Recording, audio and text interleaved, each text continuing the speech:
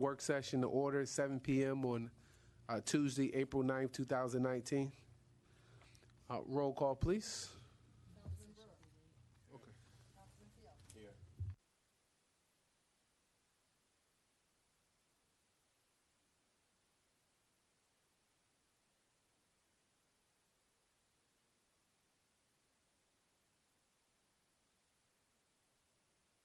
Present. All right, let's have a moment of silent prayer and reflection, and then we'll go to the Pledge of Allegiance.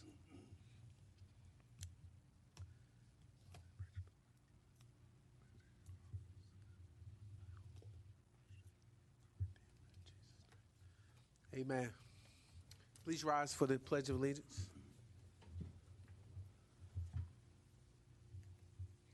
I pledge allegiance to the flag of the United States of America and to the republic for which it stands, one nation, under God, indivisible, with liberty and justice for all. Please be seated. All right, next on the agenda is the adoption of the agenda. Are there any amendments to the agenda? Town manager? No? Okay. So moved that we. All right, it's been motion, it's been second. Seeing no further discussion, all in favor, just say aye. Aye. All right, motion carries 6-0, and the agenda is adopted. All right, next on the agenda is the discussion item, which is our FY20 proposed fiscal plan. Mr. Keith Rogers, Jr., the floor is yours. Please speak into your mic. Thank you, Mayor. So what I would like to do this evening, I presented an overview at the last council meeting. All of the members have a printed budget document. What I have put together is agency detail for each of the agencies listed here. So I would like to walk through that with you and kind of take each agency one by one, and we can ask questions or have discussion one by one. And then once we go through one by one, we can see what the council's pleasure is on anything we want to go back over or anything that maybe we didn't discuss. So I've got the detail here, and I'm just going to kind of go in not alphabetical order, but starting with boards and commissions. Everyone can take one, pass that down.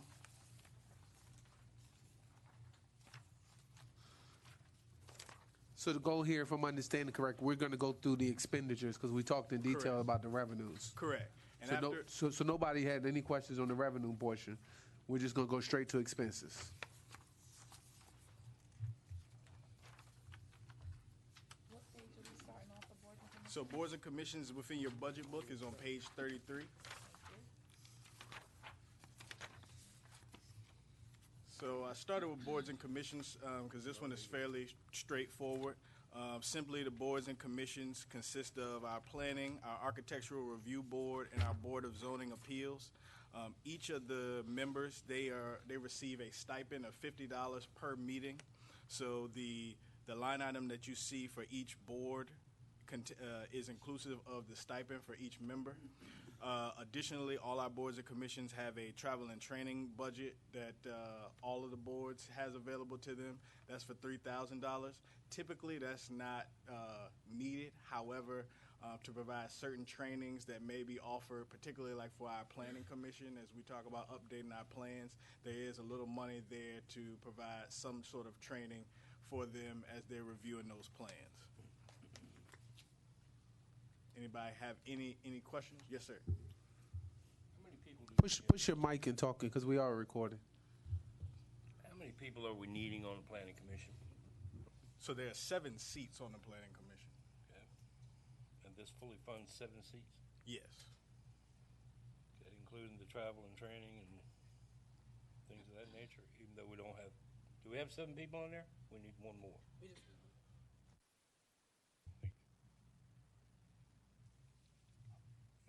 Any other questions on boards and commission? All right. So moving on to governing body, which is on page 35 of the budget book.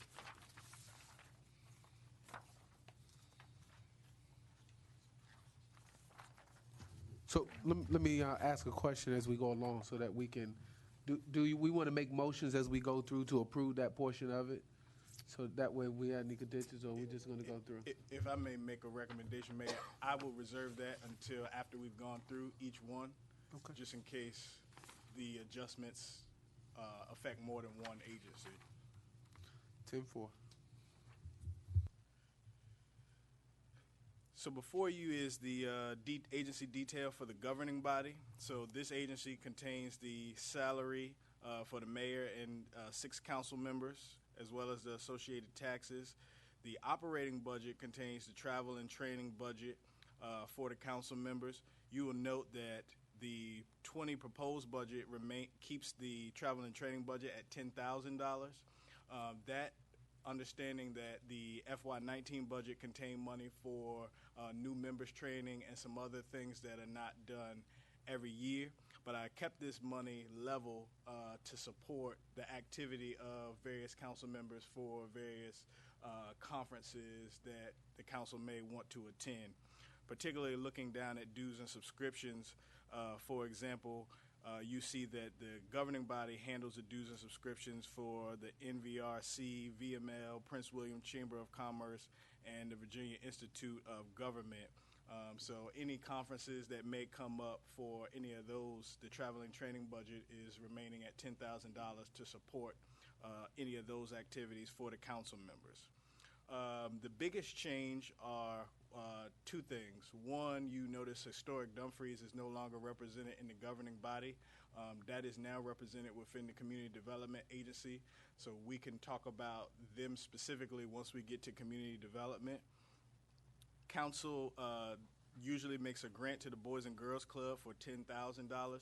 That funding remains in there. However, you will also note when we get to the admin budget that there is $25,000 to initiate a community partner grant program.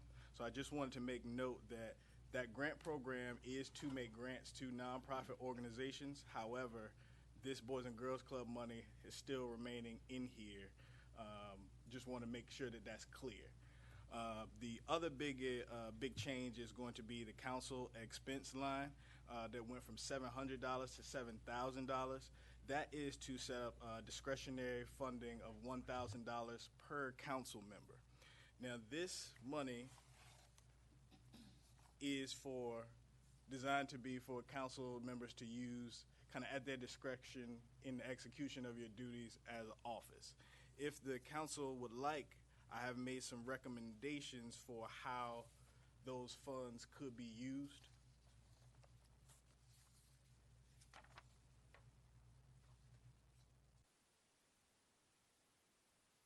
So what's coming around now simply just gives an idea of what authorized uses would be versus what unauthorized uses would be. So pretty much anything that could be done in conjunction with your official duties, like costs for meetings and events or refreshments that you might want to hold outside of regular council meetings but related to the town, any type of constituent outreach, membership. You need one more?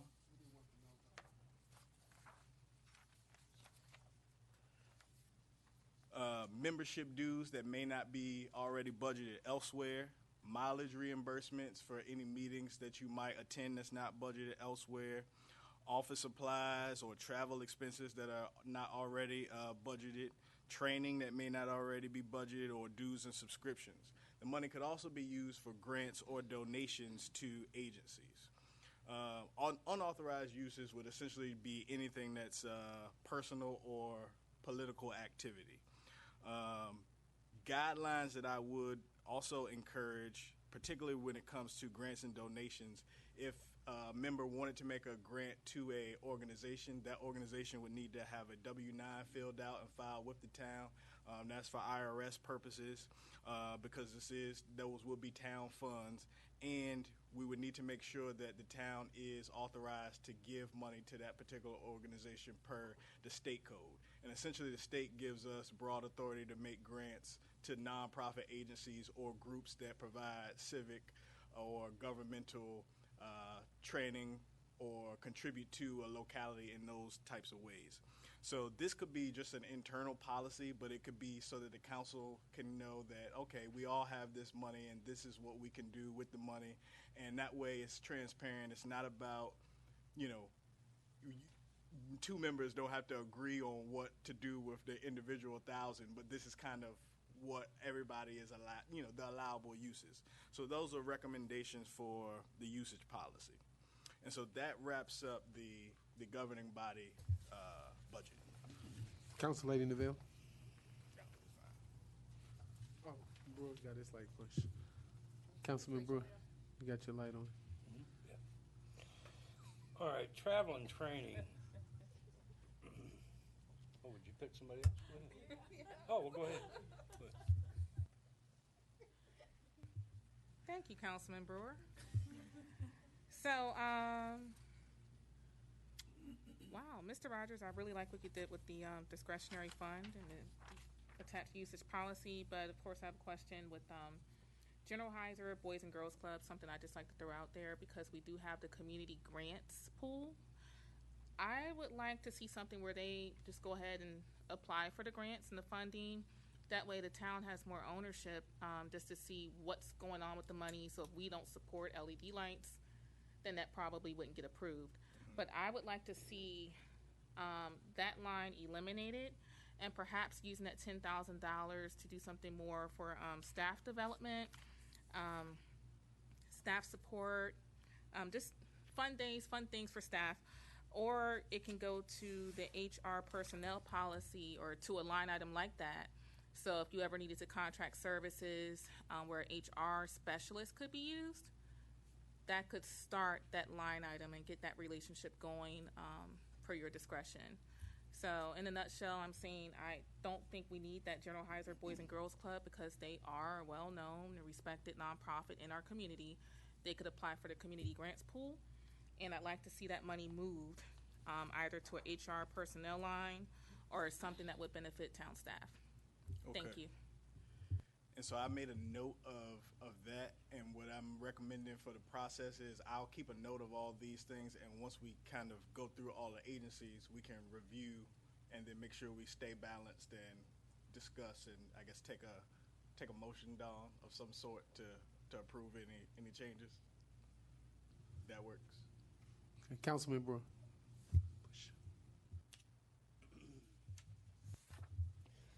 The reason that we were given the $10,000 was not for them to spend on their own discretionary funding.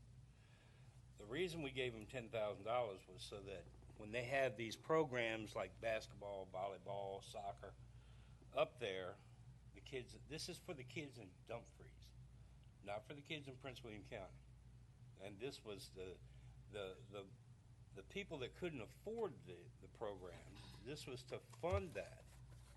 Not for them to go out and buy couches or chairs or computers. This was just for the kids. That's the reason this money was given in there. And I don't see why we should be giving that away and giving it to staff or for whatever. If they're not, they already have a training line item there. As for the council expenses,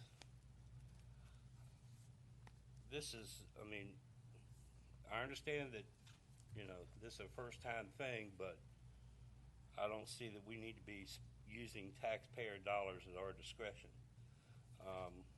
We need to be fully accountable with taxpayer dollars and where it's going. So, I mean, I'm not for that at all. As far as our $10,000 for travel and training, the reason we upped that last budget was for a retreat, and that money was partially used, but we don't need to go with no $10,000 for travel and training. Dues and subscriptions,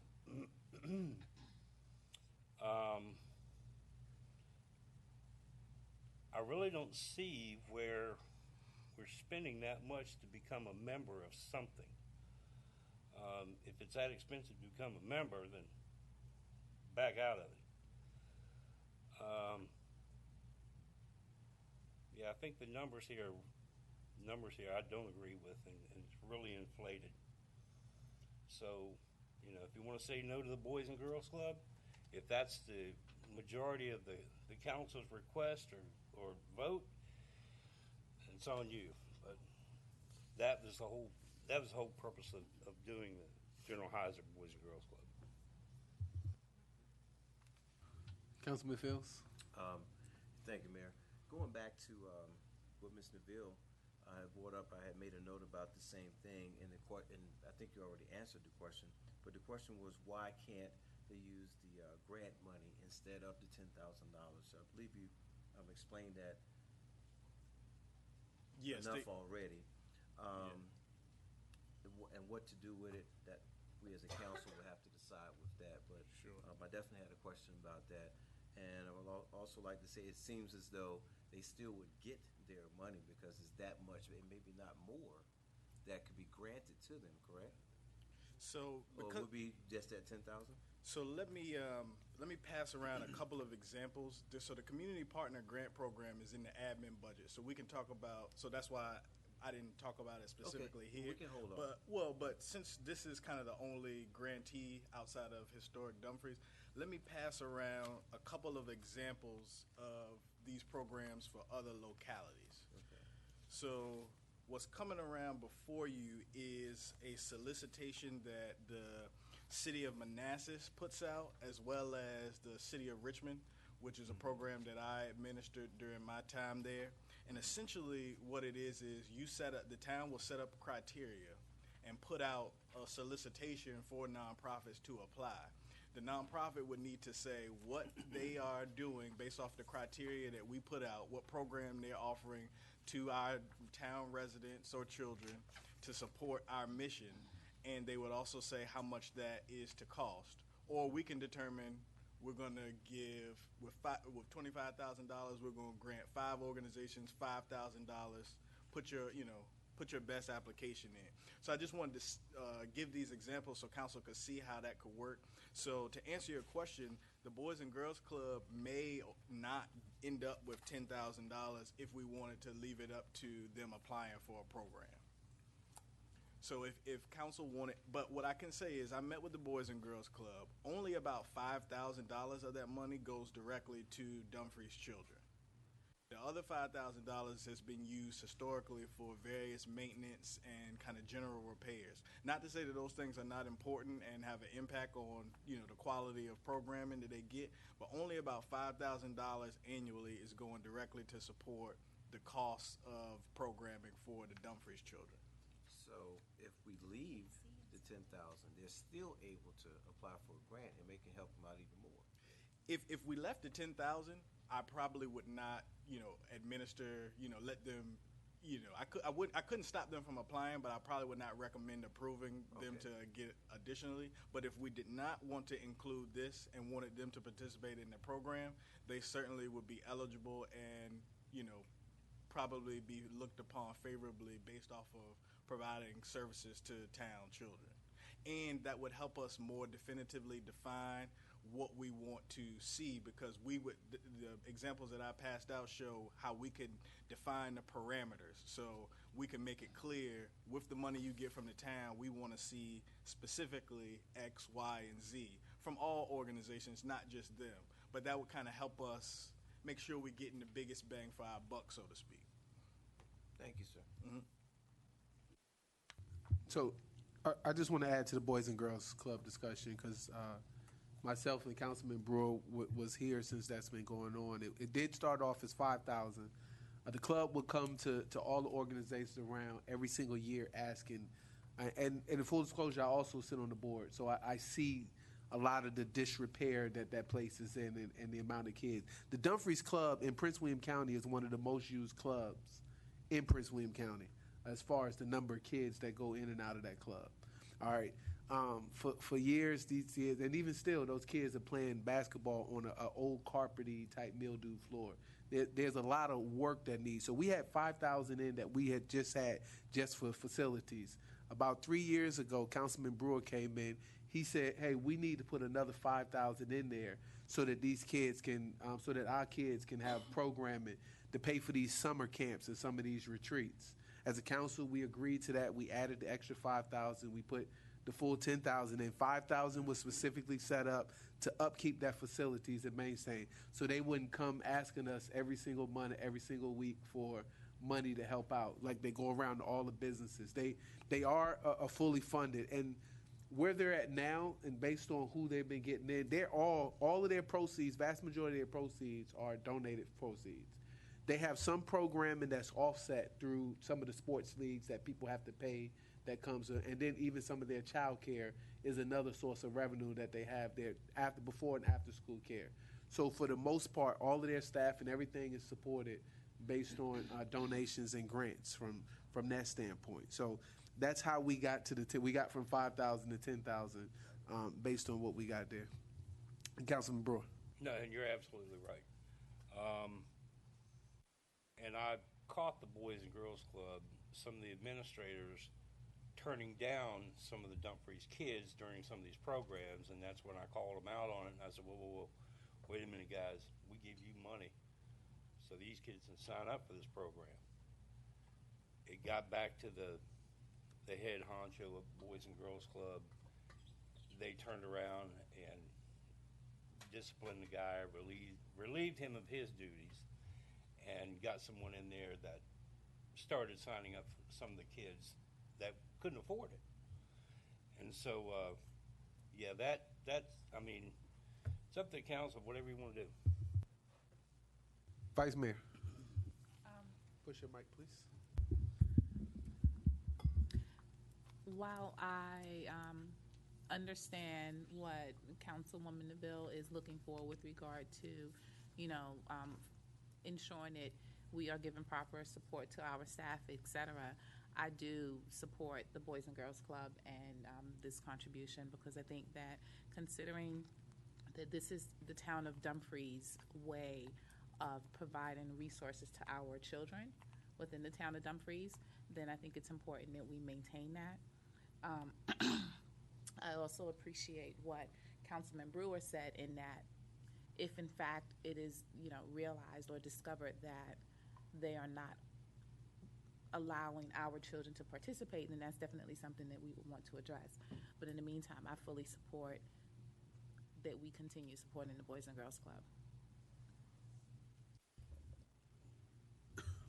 All right, I just want to say one other thing about the all right, so some of my notes, the retreat line item last year was a separate. We had two different line items. We had one for retreat and one for travel and training. This year we don't have anything budgeted for retreat because we're not planning on having one. So those were two separate line items. I just wanted to point, if you pull out your last year's budget, you'll see that there was one for travel and training and there was one for retreat. And we're just keeping the travel and training maintained. The retreat one, we totally took that away, so that's 10,000 less. Is that correct, Town Manager? Yes, sir. And if I may add, Mayor, that's why I provided the past 3 years in my proposed budget. So you should be able to see right on your sheet. The retreat is listed right under travel and training. It's been zeroed out for fiscal year 20 proposed budget. Councilor Neville. And then I think Councilwoman Miles. So I just wanted to make a comment about nonprofits. I love the children. I'm also passionate about the homeless families serviced by ACTS in our community as well. So we've had a lady who's come. I'm surprised she's not here tonight. She's been adamant, speaking up about asking for support for her nonprofit. She lives in town. She mentors children about dance. There's a lot of good educational components to her program, and she's just one. I've heard several complaints since I've been heavily involved with the town and the town's meetings since 2011, and I just don't understand how we just give money to one nonprofit and not another. And if I had a voice, which I do, and selected one nonprofit to give funds to, it would be ACTS. So I'm not understanding why we're so adamant about giving $10,000 to Boys and Girls Club, and we have nothing showing exactly how those funds the town gave them was spent, other than what's submitted, with the LED lights, and making sure those children are citizens of the town, because everyone does not know what it means or what that measurement is to make sure someone lives in town. So if the town decides to give some money to the Boys and Girls Club, and I'm not going to support $10,000, then we need to have those ramifications set up as Mr. Rogers stated, and maybe it's something where they get some kind of waiver from us, and we check them off and check their addresses, and then they take that and have their membership covered through Boys and Girls Club. However, whatever we give the Boys and Girls Club, we should match that and give it to ACTS as well. So I'm not going to understand why we're just going to earmark $10,000 for one organization when we have a long-standing organization down the street that has been helping families, victims of abuse, helping people get on their feet, feeding people. We just had the government shutdown. They fed people. They provided bags of food all over Prince William County. And it's nothing against the Boys and Girls Club. I'm a teacher. I love children. But I have a strong passion for an organization that provides so many resources to families that need a hand up. Council Lady Miles. Thank you, Mayor. I do want to say I do support the Boys and Girls Club. I love the children. I do think they do great work with the children there. I do also believe in accountability. I was not happy at all in, I believe, my first meeting when they gave us a list of expenses and I found out that they spent more than half that money on LED lights. We need to have accountability if we're going to be giving money to them as an organization. If they do need money for LED lights, they need to apply for a separate grant for LED light specific. But if we give them money for our children, the money needs to go to our children. It does not need to go to lights. If we give them, okay, we say $5,000 is going to our kids, I don't want them buying couches and rugs with that money. It needs to go to that. I do support moving that money to the grant fund and having them apply for a grant and saying, okay, half of the money you're getting is going to the kids, half of it is going for maintenance. But we need to know where this money is going, and it needs to be given to them in an honest way.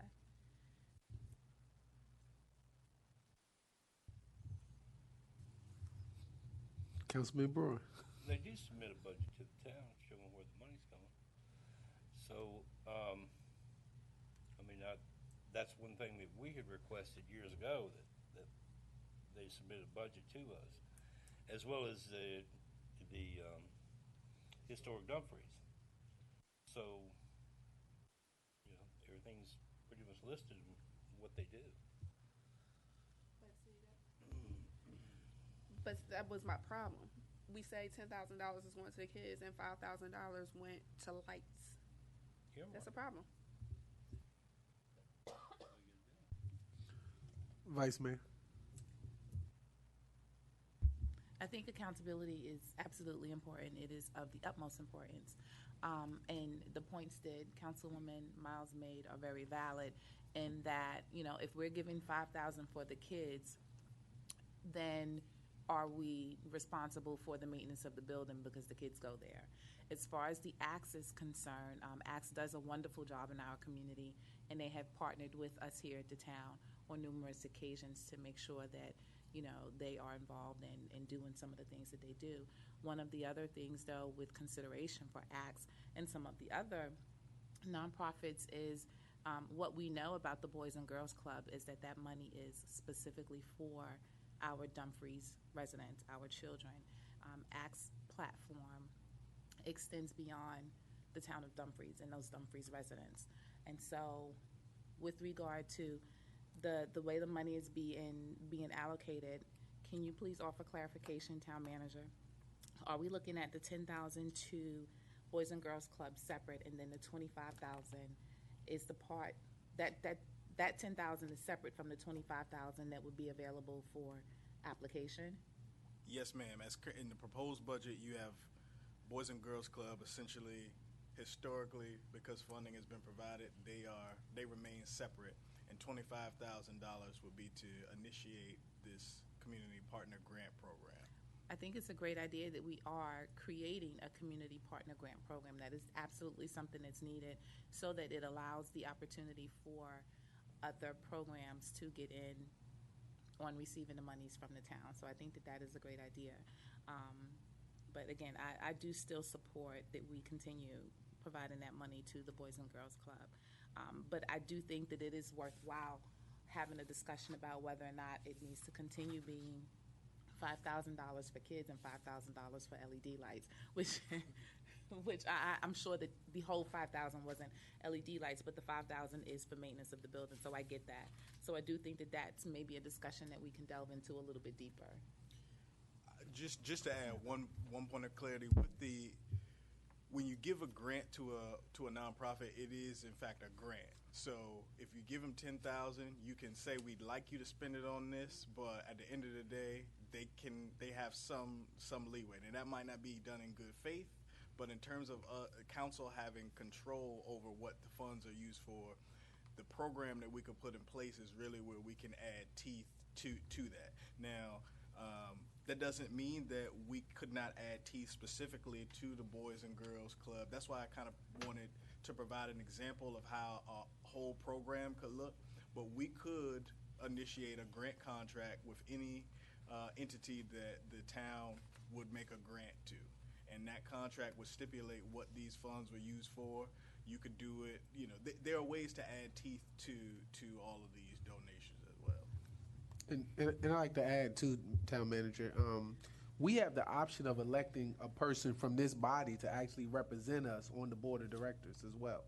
So if so be it, I know we had a seat as a council on that board where we brought back a monthly report, and we opted out of that, but we can reinstate that if that's what the council, if a council member wants to partake in being on that board, then they can see full accountability of all the numbers and go out and visit all those clubs, which, I highly recommend bringing that back, where as the part of the donation, we're not the only governing body that actually gives to that board. Prince William County, who we also all pay taxes to, gives a considerable amount of money too to help those clubs. It's important because of we all know what those clubs bring. And I'm gonna go to Council Lady Neville and then Council Lady Miles. Okay, I just wanted to follow up with a few facts because there were some fallacies that were stated. Yes, Axe down the street, they have shelter rooms for men, which is rare, and families. Yes, their reach, their impact is tremendous. But they service, I know because I've been providing birthday bags to Axe for years, over 100 children in and out of that shelter through the years. So their impact, even with just that, with the children, is greater than that of Boys and Girls Club. And it's not about pitting nonprofits. I just want to make sure we all know the facts. Boys and Girls Club does not solely service students and children from the town of Dumfries. They service anyone that can come there. So everyone there is not from the town. And in previous conversations where we had representatives here, I want to say a number was 12, and they came back and the number was something close to 20. So when you look at that number, I guarantee you there are more than 20 people housed in the shelter down the street right now, which we could also give $1,000 and renovate a room. So the impact is much greater at Axe. And honestly, Mr. Rogers, I just disagree with the line item. Hey, if no one wants to put money towards personnel for staff or for HR, which is greatly needed, then take all the money and make that community grants instead of $25,000, make it $35,000, make everyone have to apply. I cannot, with my level of consciousness, agree to just giving one organization $10,000 when we all know there's an active woman in the community who has a nonprofit and she's not getting any of this help. Nobody cares if she doesn't have a training location for her dancers, like they're playing basketball on the carpet. Okay, she's been begging for help for at least the past 3 months. But I just can't agree with that when we have a plethora of nonprofits in the town. And that's pretty much all I have to say. Council Lady Miles. I would just like to say I would like to have a more in-depth conversation about how we ensure that our children are getting this money so that they can participate in these activities, whether that means I did not know that we rated a seat on the board of directors, but if that means that a member of the council, I will be willing to do that, goes into Dumfries Elementary and explains to the kids or works with the principal to make sure our kids are signing up for these programs. If that means that the parents have to come here and sign up for this so that we can make sure they go. I want to make sure that our kids are accessing these programs. And if the Boys and Girls Club needs money for maintenance, I have no problem with maintenance, but have them apply for a grant to pay for maintenance specific. I don't necessarily agree with a line item where they have blind discretion on what they're going to do with the funds. So with that being said, I do want to guarantee that our kids are getting access to what we're paying for. And I don't have, like I said, I don't have a problem with maintenance, but I want to be able to see where the money is going. I don't want to see you're getting a $10,000 grant and $2,000 is going to the kids and then $8,000 is on whatever the heck you want to do with it. So I would just like to see how could we administer this so that we're making sure that our kids are getting the best benefit of what we're going. Is now the time that we had this conversation, or do we have this later about how we administer this, or do we make a motion later on in the meeting? Well, I'm taking notes about what everybody's saying, but the community partner program is within the admin budget, and so that's next on my list. So we could pause, Okay. until we get there, if that's the pleasure of the council. Comment about the board seat. I just wanted to add, Councilwoman Miles, I think you'd be excellent on that board, but we also need to remember that the board seat comes with a fundraising component. So to mention that right now, I believe it was $2,000. Yes, okay, so there is a fiscal impact to that as well. And, going back to the history of things, when we have the board, seat in the past, and then we're giving $10,000. In the past, when money was given to Historic Dumfries, in addition to the contract that's still in place, we had someone who may or may not have served as president of Historic Dumfries, and they get money, and this one gets money, no questions asked. So that's all. But as far as this fiscal impact, if you are considering the board option, which I think Councilwoman Miles would be excellent, we also have to consider the fiscal impact and take that into account as well. So the fiscal impact in which she's talking about are board members, and our contribution can all make up for that. You make or raise $5,000 by helping them tickets for their signature event, which was the Steak and Steak, which they now renamed it to the Blue Door event, which is actually happening the last Friday of this month in April. It's their event where they showcase what all of the kids are doing and the impact that these kids is having. Actually, the last couple of years, Prince William County has actually had, and Dumfries, matter of fact, one of our youth has been recognized on the higher level, Greater Prince William County, as being one of the Boys and Girls Club Member of the Year. So with that event, it's just about tickets, auction items, getting donuts. It's not you specifically giving that money, but yes, there is a fundraising, but our contribution could account for that seat. Councilman Brewer. Just one more thing.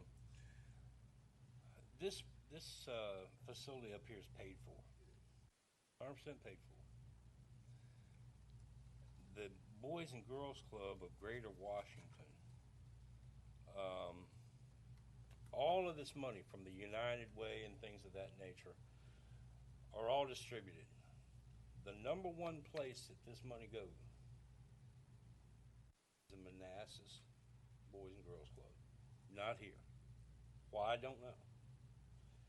That's why we were compelled to help our kids, because I can remember when my children were small, and they're 30 years old now, they were playing on the same basketball court as what they got in there now. The Boys and Girls Club of Greater Washington does not fund this club hardly at all. They've had 2 renovations up at the Manassas Club. This one here's had none. As a matter of fact, what they did one year, they closed it down. They were going to sell the building. And we had went and petitioned them to keep it open. And the reason we did that is because a lot of the children that went there wouldn't have anything to do. So, gives them quite a bit to do. They can go in after school, do their homework, get on computers. They can go in and play any kind of sports. They've got sports program. They got flag football. They got basketball, volleyball, soccer. There's a number of things they do over here. But we do fund our kids over there. And believe it or not, there's a lot of kids that belong to that here in the town of Dumfries. ACTS is funded by National Capital Area Food Bank. I don't know where these 20 beds are, but my company, we take care of the ACTS over here, both locations. They've got 6 beds in one place. The other place is more like their administrative offices. So they have a number of funding sources for this, for ACTS here. But these guys here were so limited. National Capital Area Boys and Girls Club wasn't giving them any money.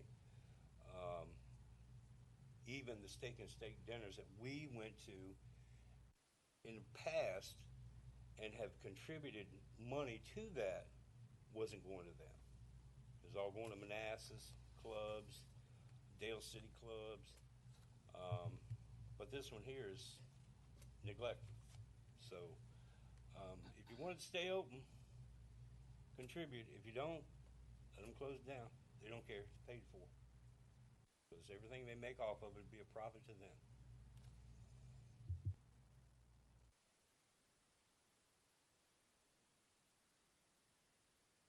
I think we've exhausted that, town manager. Okay, all right. So what I'm passing around now is the agency detail for the administration budget, which is on page 31 of your budget document. 31.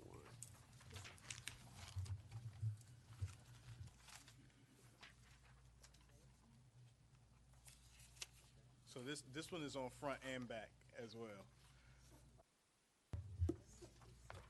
So starting with personnel, you have the funding for the 6 positions, as well as there's $73,000 that's allocated to support additional financial staff. And I spoke about that in the budget overview to talk about how we need to ensure that we have proper segregation of duties for our financial controls. So this funding would make sure that we're able to provide for those segregation of duties. Then what you also have included in your personnel line items, which you're going to see in all of the other agencies that have full-time personnel, are payroll taxes. The workers' comp line here supports the entire town and town-owned property for our liability insurance. The unemployment tax is our annual tax on all of our taxable wage base. And then the pensions and benefit are for the employees within the admin agency. The 2% cost of living increase is reflected within the administration budget. This was done as a fiduciary way to ensure that once the budget is adopted, should council keep these proposed funds, this line item would be used to administer that 2% to all of the eligible employees, and then the budget will be updated as need be during the year. Moving on to the operating budget. First line you'll see there is performance management. You'll note that line increased to $50,000. I want to make it clear that this is one-time funding. So this is not a sustainable revenue. This was not funded with a sustainable revenue source. This $50,000 is one-time funding, and that is to support our financial services, our human resources, and organizational management. There are a number of things that I will need to do internally to ensure that our financial processes are in order, our human resources processes are in order, and also to tighten up some organizational controls. This one-time money is allocated for those purposes. The travel and training remained at level funding from the 19 adopted budget, as you can see. The dues and subscriptions also remained at level funding. Legal services is the next line item. That was used for any outsourcing of services that we had. So that line item was zeroed out because we have an excellent town attorney. So there should be very minimal. It would only need to be an emergency or something that we have not foreseen for that line item to come up. The independent auditor, that's our auditing contract. The rate went up a little bit, but that is per our contract. No additional information regarding that. Municipal building rent payment. That line item was included. It's a new line item, and you notice that there's no funding in it. The reason why I included this is because I want council to understand that this building is not paid for. We are working to make sure that we have good uses of tenants as well. However, rent has not been being paid into that from the town into that entity, and so I put this line item there to say that that may be necessary for a future budget. So I just wanted to kind of make note of that to the council. What line was that? Municipal rent payment.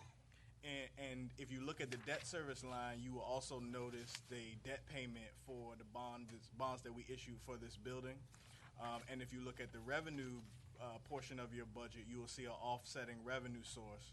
That reflects that we are not paying the bond payment ourselves in fiscal year 20. Our contract with Trimark, they will handle the bond payment. But I wanted to make it clear because it's our bond. But due to the arrangement that we have with Trimark, I wanted to make sure that those things were clearly reflected so the council has a full picture of our financial situation inclusive of that agreement. So flipping over to the back, you have equipment and repairs. That line has been zeroed out for 20. Office supplies, I just want to make a note that this is the office supply budget for the entire town. Funding has remained level, but I just want to make sure that that's for the entire town. The ads and notices line, that line has been reduced a bit because we will have community development doing their own ads and notices for some of their advertising. And what we use that line item for is to notify the public of our public hearings and any other notices that are required. Vehicle tag prep and postage, you pretty much see that line zeroed out because we don't need a specific line for vehicle tags. It's postage.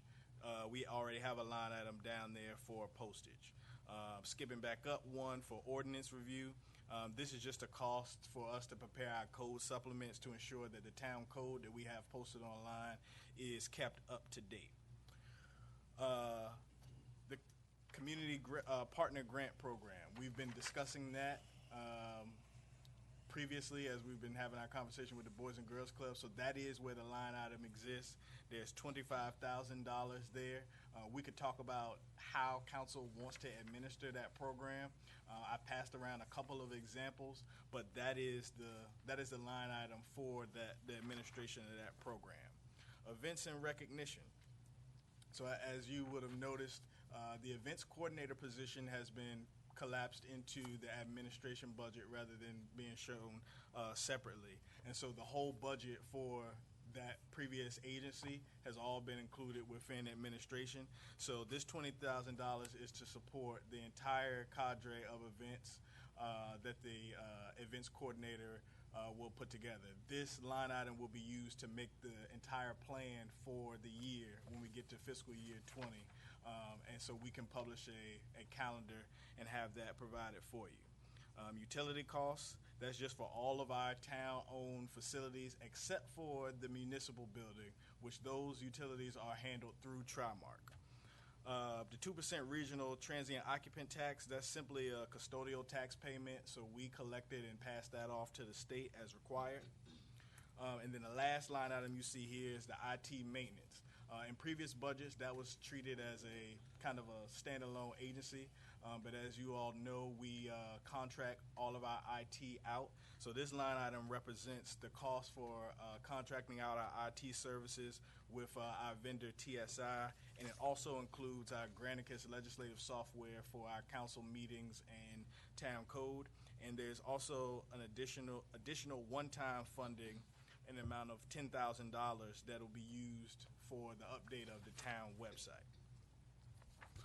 All right, I'm going to start off with two questions, and then I'm going to go to Councilman Brewer. On the municipal building rent payment, that's us. But what about the space that the police department occupies, or is going to be occupied in the future? Are we going to have a line item for that rent as well, possibly in the future? So my recommendation, because we're all general fund agencies, it really doesn't matter going forward. It doesn't matter where that payment is reflected, whether it be an admin's budget or police budget. Oh, you do have a line item there. Well, what I'm saying is that no rent is due right now. So I only added this line so that council knows that we are, even though we're paying, you see the debt being paid. I just didn't want council to think that no rent will ever be necessary because we own the building, but we also are tenants. So we need to figure out if it's necessary for us to pay rent into that organization at a future time. But for fiscal year 20, that would not be necessary at this time. So then the second thing on the utilities, is TSI going to also manage where the police department is going and those utilities taken? Because this says utility costs for town-owned facilities except the town municipal building. That's just this building. So as far as will they handle the utilities for The old town hall, for the new police station, everything except for internet access. So we have to pay for internet for them. Correct. And essentially that's the deal that we have with all of the, Okay, everybody pays their own internet. Right. Okay, Councilman Brewer. Well, last week when we met, I asked to see some hard numbers here, and basically what you have here is exactly what you presented to us here. I'm not seeing any hard numbers. Like all my numbers are hard. Well, no, hear me out before you jump to conclusions here. I'm not seeing this thing broke down. General fund, all of these. I'm looking at administration,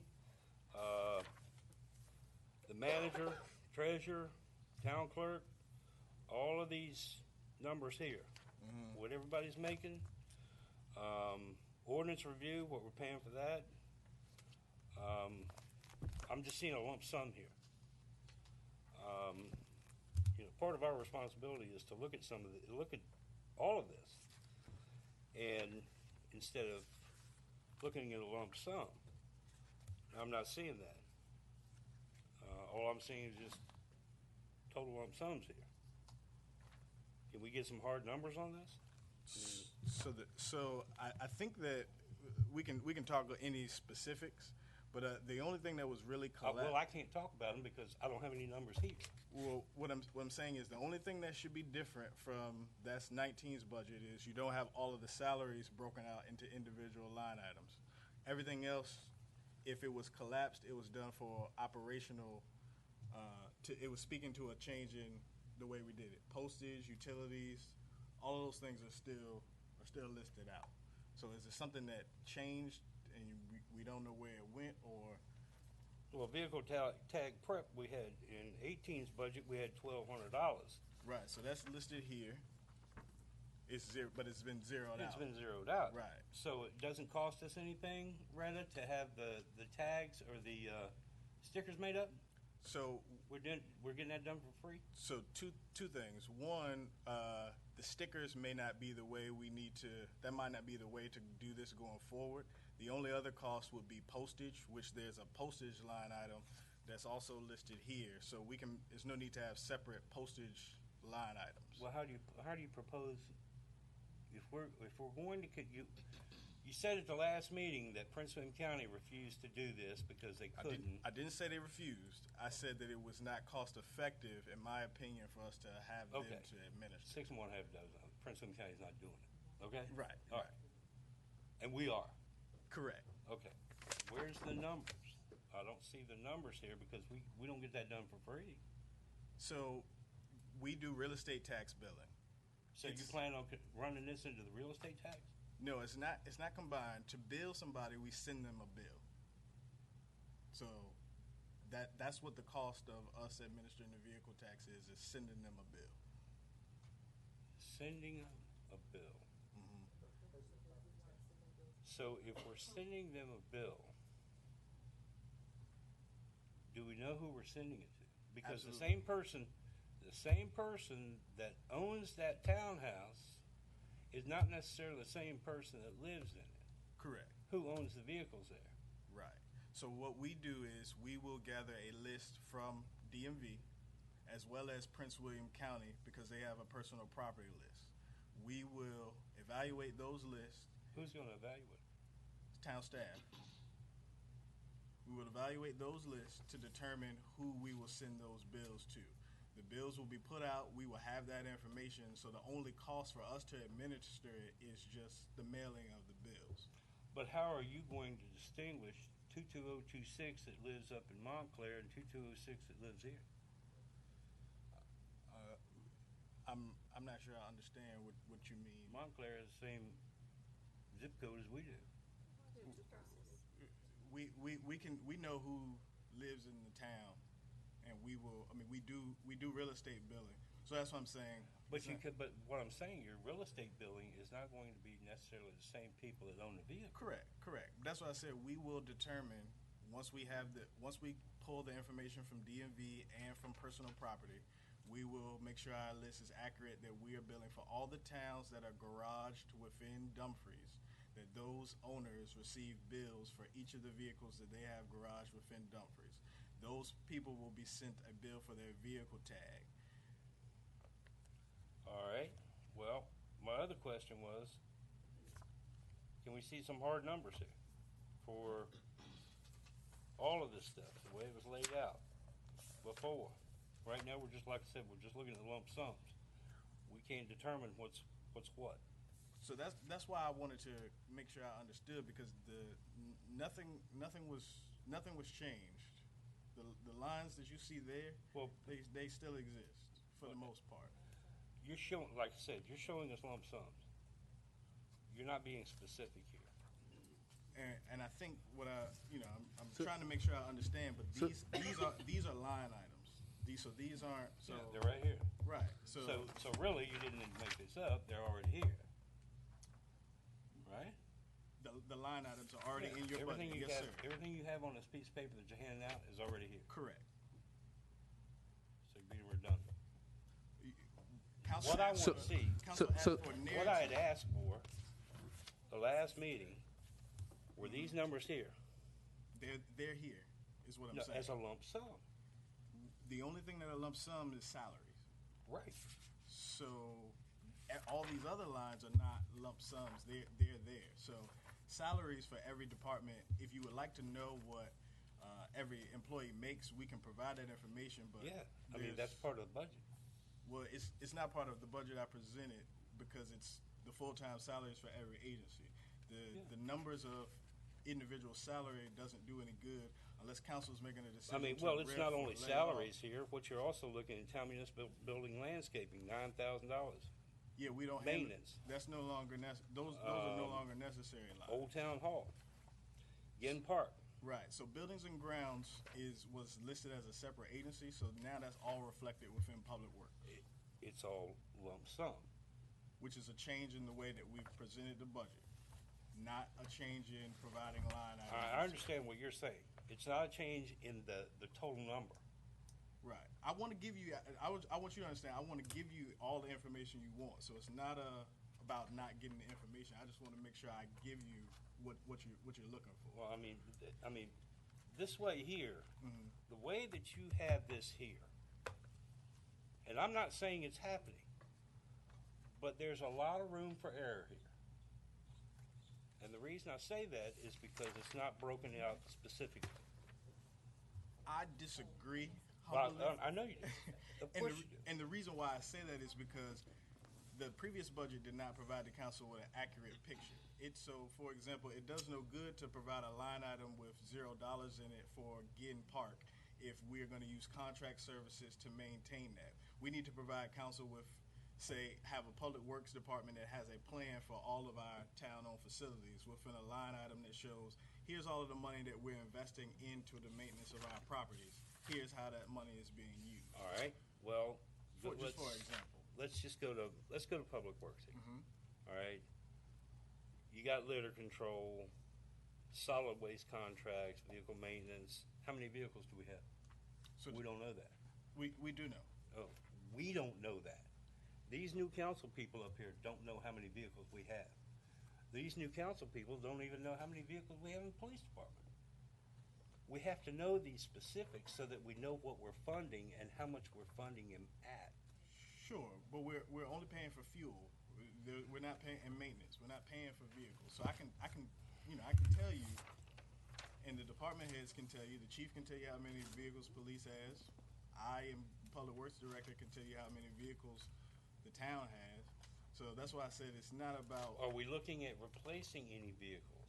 Do we have any replacement vehicles in here? So when we get to public works budget, we have a line item that handles the. We don't have a fleet replacement schedule now. We have a line item that supports a full fleet replacement schedule. Are we? I mean, there's. Oh, go ahead. All right, so what I'm gathering here is the only thing that you compressed, town manager, correct us if we're wrong, is the salaries.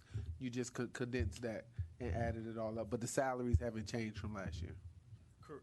The salaries have not changed from last year, correct. All right, so in the admin, everything is broken down in front of you, council, except for the salaries of the town manager, the town attorney, the town treasurer, the town clerk, the events coordinator, and the administrative assistant, as well as an additional financial staff person that they want to bring on.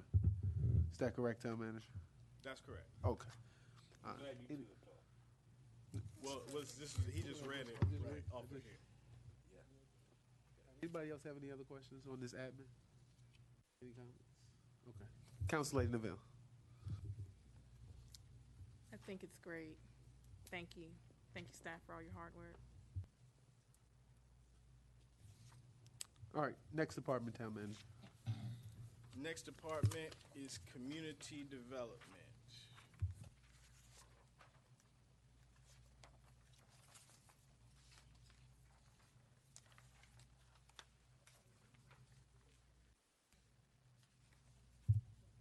So what's coming around now is the Community Development Department. If you're following along in your budget document, that is on page 34. First line item under personnel, that's the full-time permanent funding, and so that includes the salaries for the Director of Community Development, our town planner, and our code enforcement officer. Then you have your typical payroll, taxes, pensions, and benefits. The operating budget, you will see an increase in travel and training this year. This increase is to actually, what was provided last year was only $1,000. The $10,000 is to support the activities of actually having a town planner and a code enforcement officer on staff, which we did not have at the time of the FY19 adopted budget. So that is what accounts for that increase. We also have $10,000 in one-time funding for a local match for grant opportunities. That's being done so that we can try to pursue grants that will help support our initiatives for our planning. As we know, we have a number of activities that we need from our planning division, and so that is a match of one-time funding so that we can go after some assistance via grants. Our dues and subscriptions, also, you will notice that went up because that is reflective of us now having a town planner and a code enforcement officer so that we can be members of those professional organizations. We have $10,000 from outside plan review. That is an increase as well. The key with the increase in the outside plan review is that as we are becoming more attractive for developers, in order to keep pace with the new development or to provide certain comprehensive services, outside plan review may be necessary. So that's why you notice that increase. For ads and notices, you see that $5,000 has been included in that line item. As I mentioned previously when we talked about admin, this is a reflection of community development because they have unique ads. This is a reflection of them handling their own ads and notices. Historic Dumfries is the other major change that you see here within community development. This line item is for $20,000. $10,000 was the historical granted amount. The other $10,000 reflects the funding that the town would have usually spent to help maintain that property. I met with Historic Dumfries and discussed the possibility because of them putting together a maintenance schedule for the year, and so this funding could be given to them to support them handling their own maintenance rather than that being an additional burden on our limited staff. Professional contracts. This $105,000 is all one-time money. This money will support the needed review of the comp plan for 2019, a revision of our zoning ordinance, as well as Main Street master planning, so that we're ready for the Route 1 widening. So that concludes the community development budget.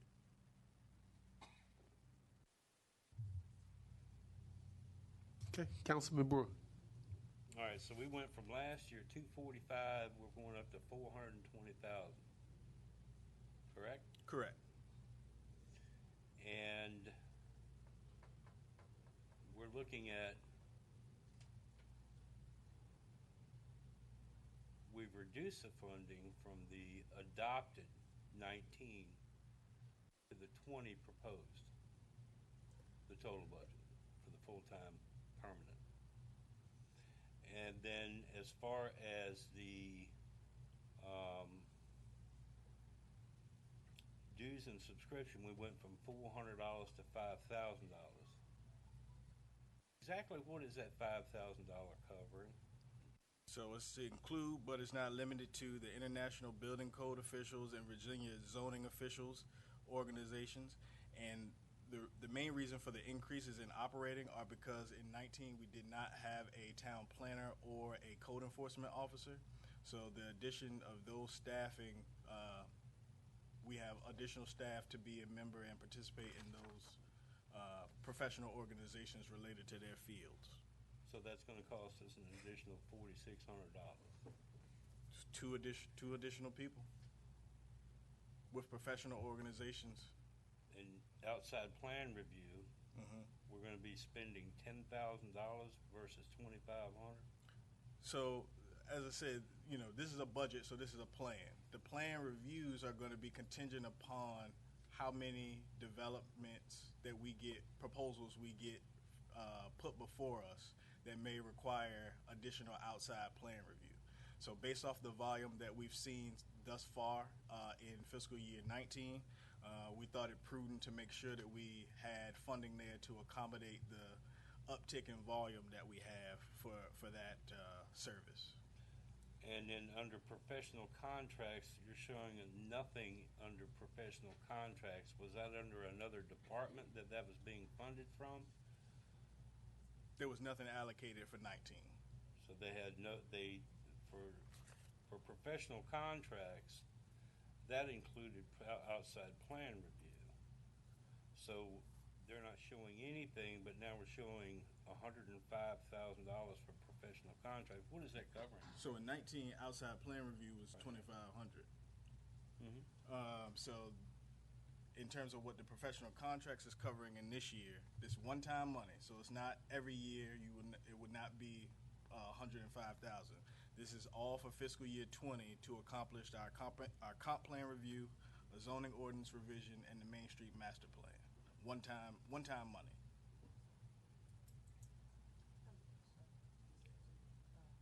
All right, so the Main Street master plan has already been submitted to us previously. The comp plan shouldn't have too many revisions, because that was done last year. No, it's every 5 years. So right. We were doing more often than every 5 years. We weren't waiting until. Gotcha. I think it's a little much, but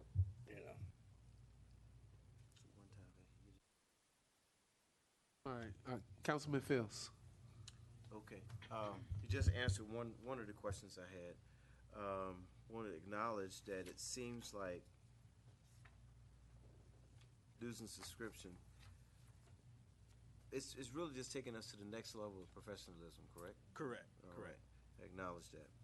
And Historic Dumfries, it seems to be that you've acknowledged a continuous problem that we have as far as going back giving money, or they coming short. Right. Okay. And I did have the question on the one time, but I believe you answered that. Okay. Maybe a little bit further clarification. How do we know that it's just going to be a one time and we're not one time and again in the future?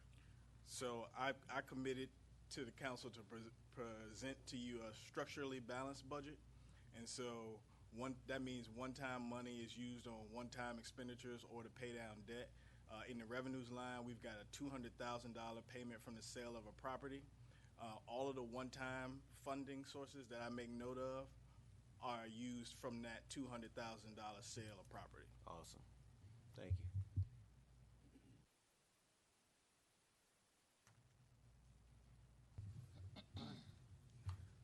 Any further questions on community development? Councilman Brewer. We had a closed session a couple weeks ago. I don't see any funding in this budget to accommodate the discussion for the closed session item. Is that going to be in here, or have you put it in here? Or? I will, based off of what I have, I will accommodate that in the current fiscal year.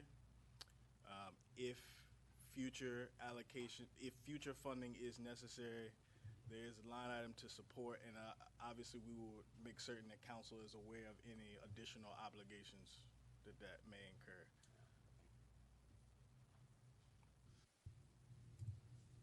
All right, next department, Town Manager. All right, next department is police. If you're following along in your budget document, it's page 36.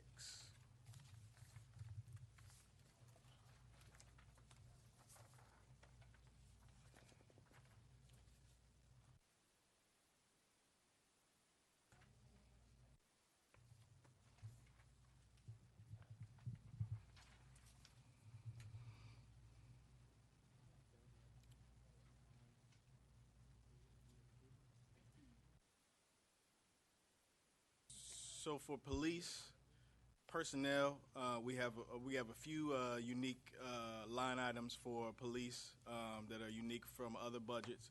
But the full-time personnel, you have the salary for the agency positions, which 10 officers, 3 sergeants, 1 chief, and 1 admin assistant. The admin assistant is new additional funding for the police department. Then you have night differential, as the officers are entitled to that work the 7P to 5A shifts at an additional $1 per hour for those shifts. Also, you have the overtime line item at time and a half, and that's for the hours worked over 86 hours. You also have a DMV grant program that will help support salaries for specific traffic and safety enforcement activities. We also have a supplement line item. These are stipends that support field training officers that are chosen to train other officers. They are entitled to stipend for being exemplary in that fashion. Then we have the mandate from the Commonwealth for the Line of Duty Act. And then we have the payroll taxes, pension, retirement, which are similar to other agencies. In the operating budget, travel and training, that line item you'll see increase from $15,000 to $20,000. That is to ensure that we have adequate funding to support travel and training for existing staff, but also any requirements for new officers. Physicals and hiring costs, you'll see that line increased from $1,000 to $5,000. That's to ensure that we can administer physical exams for hiring, background checks, and polygraph exams for our hiring costs. Uniform maintenance. This is the line item that is used to replace the officer uniform whenever there's damage or issues to the issued uniforms. Quarterly uniform allowance. This is an additional benefit to the officers because it's a stipend that's provided for the cleaning costs for their uniforms. Dues and subscriptions. That line item remain level. Usually that is utilized to support the Virginia Association of Chiefs or the Virginia Law and the Virginia Law Enforcement Accreditation Coalition. Court-appointed attorneys. That line item is increased from $1,000 to $4,500. Just so you understand, that's the cost for a defendant's court appearance for their court-appointed attorneys. If those defendants are convicted, the town is able to recoup those costs. We want to make sure that we say again. If they pay. And so we just wanted to that's an increase, but we wanted to make sure that we accurately accounted for those costs. Vehicle maintenance. Police has a line item for their maintenance of their vehicles, and this includes not just their fleet of motor vehicles, but also their bicycle units as well. If you flip on the back, you'll go to fuel costs. This is cost for fuel just for the police fleet.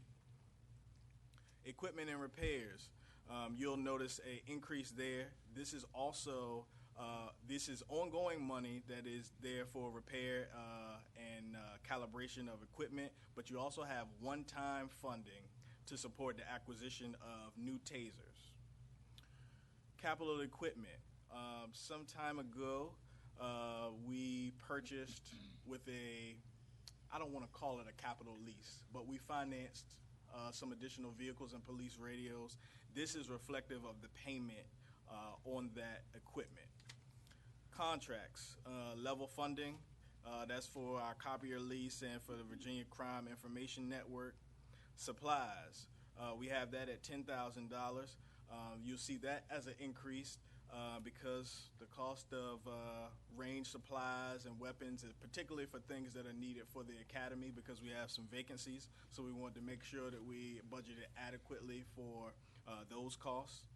K-9 unit, that is for food and veterinary care of our K-9 unit. Police accreditation, that line item was zeroed out. Chief expense at $800. Those are discretionary funds for the chief of police.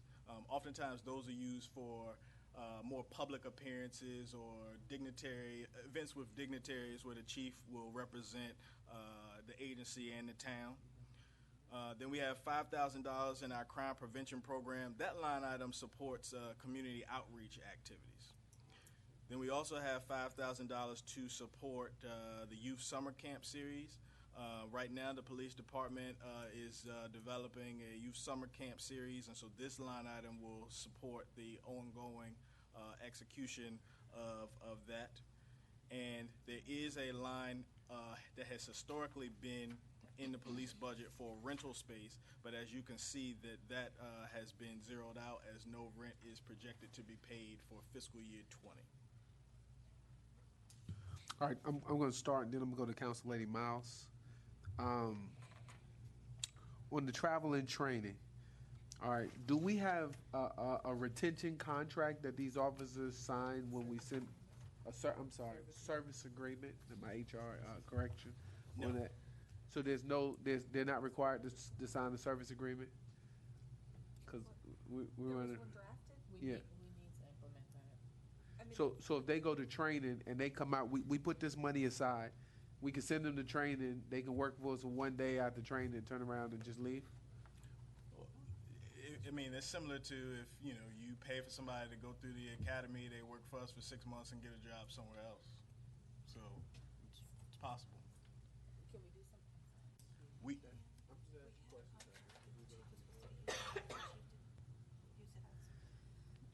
Yeah, we were under the impression that we had drafted one and we had implemented that policy. Town Attorney, can you confirm what we had in place? I know that I edited one and proofed it and approved it and sent it back to the prior chief, and a previous town manager and I had approved one. Whether it was being utilized once they were over there and put in their personnel file, I couldn't tell you. I know that we approved it and the prior chief was supposed to be using it. I don't know that that was being done, and I don't know that that was passed on to the current chief. And that may be something that we need to get back with now that we have a new chief. Sit down with him. I'm sure I still have a copy of it, or it may be in some files over there. I don't know, but it looks like with the last few hires, I don't believe that was signed, because I did inquire about it when we recently had officers leave. Did they not sign the contract? And I was told that there was no contract. Okay, all right, thank you. So town manager, is your recommendation not to have this in place? We're just trying to get understanding here. my recommendation would be to not look at the police department in a silo in that fashion. But one of the things that will be a priority for the next fiscal year is to review our personnel rules, which would be inclusive of police general orders. And those are things that we will look at for the entire organization. All right, supplies. Is this also, do the police department also take supplies out of the administrative budget that was for all departments that you spoke about earlier? Which line are we? I'm looking at the supplies. So mainly these are police-specific supplies that you mainly see accounted for here. All right, so as far as paper and pens and all that's coming out of the admin budget? Yes. Okay. Well, then the other thing with the budget, and I guess this might be just an administrative or a clerical thing, when we see the monthly treasury reports, will these departments have numbered? Would they be numbered like they were before? Or So- we'll be able to keep track? So we will be redoing all of the financial reports. Okay. And the main thing is, and I will discuss with council before we make that change. I just want to make sure that council has an accurate picture of what's being provided. In my opinion, the reports that have been provided in a silo have not been as informative as I would like to see. So to answer the short answer to your question is yes, and I will talk to council before I make that change. Okay. Council Lady Miles, the floor is yours. Thank you, Mayor. I just have a question about the travel and training for the officers. Right now, I know we have 3 vacancies, and we are budgeting 20,000. It just seems a little on the low side because if we're bringing 3 new officers in, and then we're going to be continuing to train our officers. Is that going to be sufficient to train them and bring them up to date? Yes. Okay, just wondering. Council Lady Willis. Pull your mic close too, please. I know it's sitting high. Town manager, you were talking about the retention document that seems to have was created but never put into utilization by the prior chief. And personnel policy has never been rewritten, and I'm glad you're going to tackle that. General orders, you don't write those, correct? The police chief does. Right, and I wouldn't rewrite the personnel rules by myself Oh, I either. understand. Yeah. I understand, So but yes. that's under your Yes. umbrella. Yes. Okay. Are you, chief? Can I ask the chief a question? Yes, ma'am. Are you in the midst of rewriting or writing? Come to the general orders? microphone, Chief, please.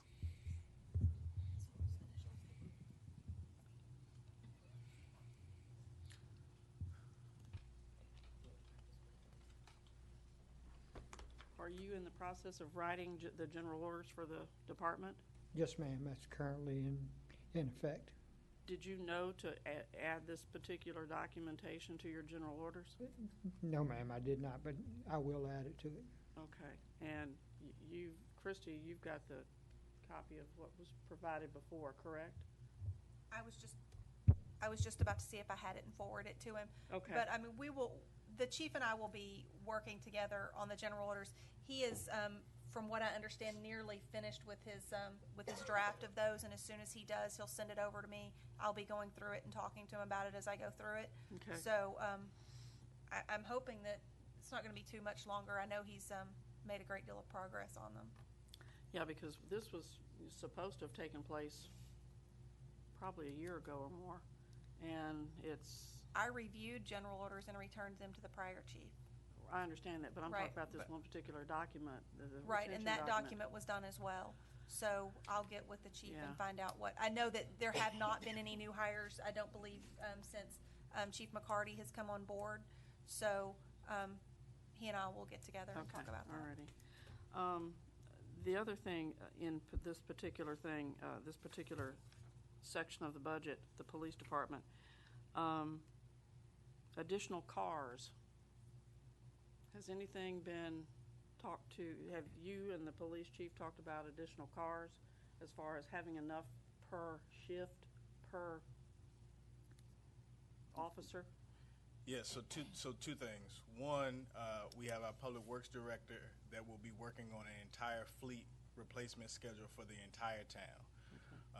Additionally, the number of cars per shift seems to be more than sufficient from my review Okay. for the police. And I will say that the note in here regarding the payment for the previous purchase of vehicles, we will be incorporating that into a full fleet replacement plan so that we can make sure that we're replacing vehicles in a timely fashion so that the police department always has what they need. Right. Also, the computers Yes. that were purchased as, I think, I was under the assumption, I don't know anybody else was under the assumption on the dais, that they were new computers, and then we come to find out that they weren't. Has anything ever happened with getting those things in the cars that we have now? Yes, And all of the in-car vehicles have been installed. all the new computer and everything? Okay, great. That's, I was, because nothing was ever said to anybody. Okay. And is there a replacement schedule for those new computers since they were used computers and when we got them? What I would do is I will touch base with our vendor and talk about what that process will look like to make sure. I'm still coming up to speed on all of those things were happening just as I got on board, but I will touch base with our vendor and see what would be required for us to replace that and when it would be necessary or should anything happen to something. Okay, one of that those, sounds that good. equipment. And let me see if there's one more thing. Nope, I think that's it. Thank you. Yes, ma'am. All right, Councilman Brewer. I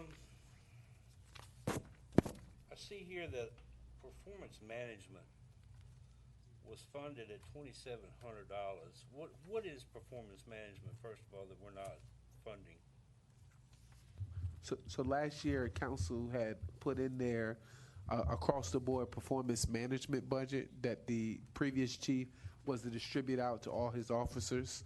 And so that was the one-time performance management that we was proving because we had a kind of intense conversation about the salaries. And so we just lumped in a lump sum of money for performance management. But that was $21,000, not $2,735. Yeah. And retention, I don't see anything in here for retention. We're not doing anything with retention? In terms of compensation, no, not Why at this wouldn't we? time. Until we have updated our personnel rules and general orders, When do we plan on doing that? we're working on it now. All right, and then as far as the fleet goes, Mhm. when do we plan on doing that? Is The that next budget session? next Or do budget we need session. to fund it now? So right now, what we need to do is put together a fleet replacement schedule and a maintenance plan. So we're working on that. So that won't be done in 20. Correct. All right. Even though the chief last year said that they wanted 4 cars last budget, need 3 cars this budget. So you're saying we don't need 3 cars this budget? Correct. Okay.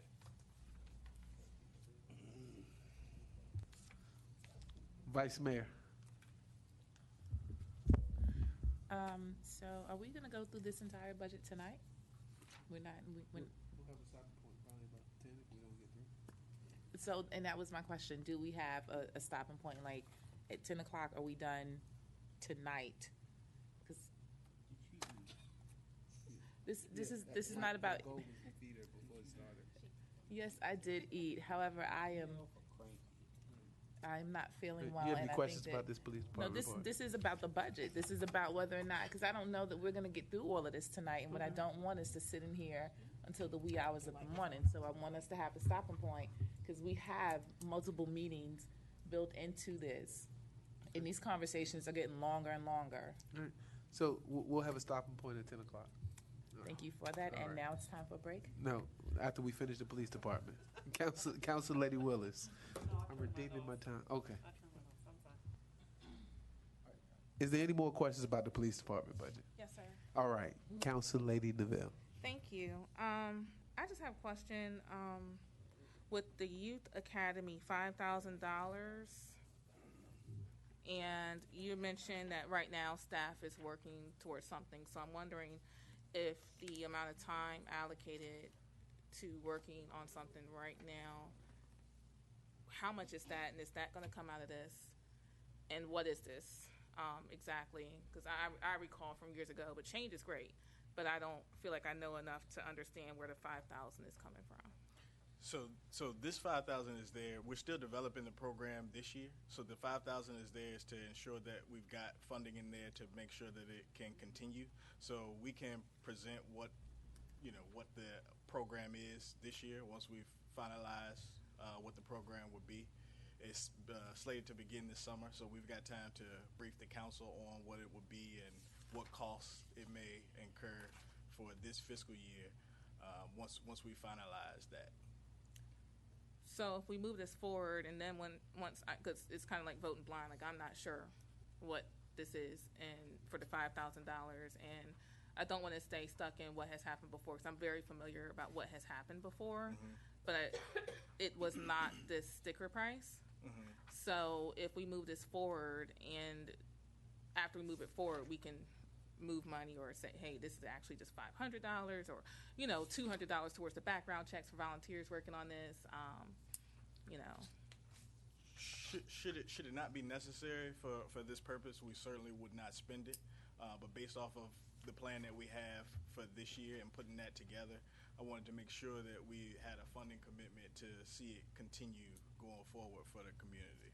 So, and when would we know about this plan? For the program for this year, as soon as we finalize it, which we're working on finalizing it now, I can provide council with the information so council can see the entire program and we can talk about that at that time, and then we can see what it would be for next year as well. Or council will have an idea of what it could look like for next year as well. Okay. Do you think we'll have some kind of just some kind of synopsis, something, just the ramifications of it before we approve this here budget? What I could tell you about it right now is it's scheduled to begin in the month of July. It would occur on Saturdays in July. It would provide youth with some activity and some enrichment on Saturdays during their summer break. And we would have various organizations like the police department and various other community localities and their fire emergency services, their police departments, to provide the youth with some training. There would be some sports and activities incorporated in it. So I could provide a full detail for you, but it's designed to provide activity and enrichment for the youth during the summer on Saturdays. And it's a good partnership activity with our police department as we've been talking about, community policing and making sure that we're having a good presence within the community with law enforcement. So having it being hosted through our police department, those are what the goals and intentions are. So once all of those things are finalized, we can provide a full detailed briefing to the council. Okay. Do you have an age in mind when you say youth? Believe the ages we were looking at were from 6 to about 12. 6 to about 12. Okay. And there will be background checks on those who are not, like police and things like that, working with the youth. Yeah, we are not intending to do anything that would cause additional liability for the town. Okay. All right. Sounds like a good daycare. Saturday, huh? Councilman Fields. Councilman Fields? Yes, I just. Oh, you push your light? You done? Yes, yeah. Lean into the mic, please. Okay, back to contracts on the police thing, budget there. I wrote down a note of Southern Software. How much are we still doing with Southern Software? So Yeah. So we're still using Southern Software. If I can get back to you to provide that full detail, because I was looking into that today. So good. Yeah, let me provide a full detail for you on that. But yes, we are in fact still using that. Okay. All right. Any other discussion on the police department? Seeing done, we'll take a 5-minute break, and we'll return here at 8:41.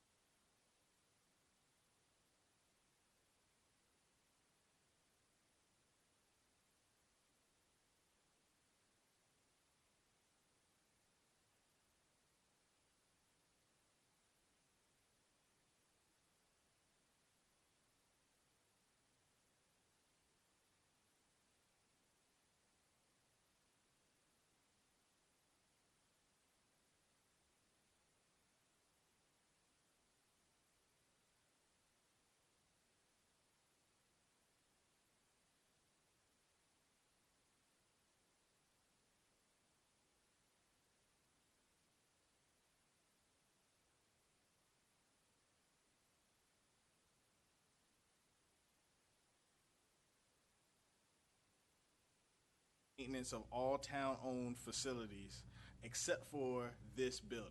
In previous budgets, those funds have been parsed out in different line items, but this allocates it all in one line so council can see the total cost for our maintenance for all of our facilities, and that's why that line was consolidated there. Litter program. Those are funds we get from the Commonwealth of Virginia to support cleanup activities. So we have a cleanup coming up this weekend, so this line item helps to support those type of activities. Fire program. This money was previously reflected within the admin budget, but it's been moved to Public Works. This is simply money that we receive from the Commonwealth, and it's passed on to our local fire departments. So this is just a pass-through. Street and highway maintenance. This was previously reflected as its own kind of agency budget, but this line item was included in Public Works budget because our Public Works staff is who administers this program.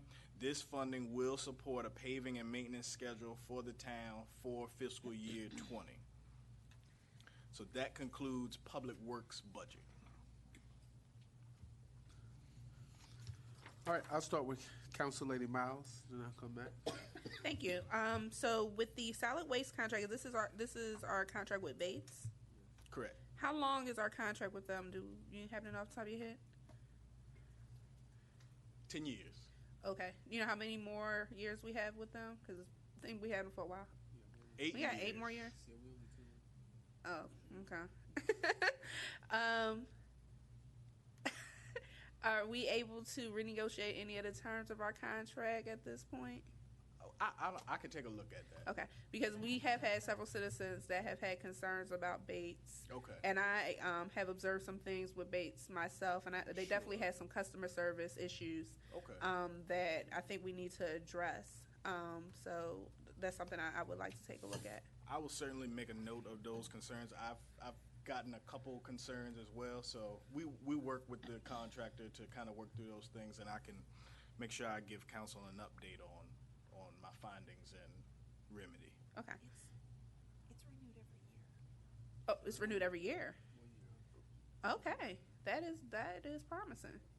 It,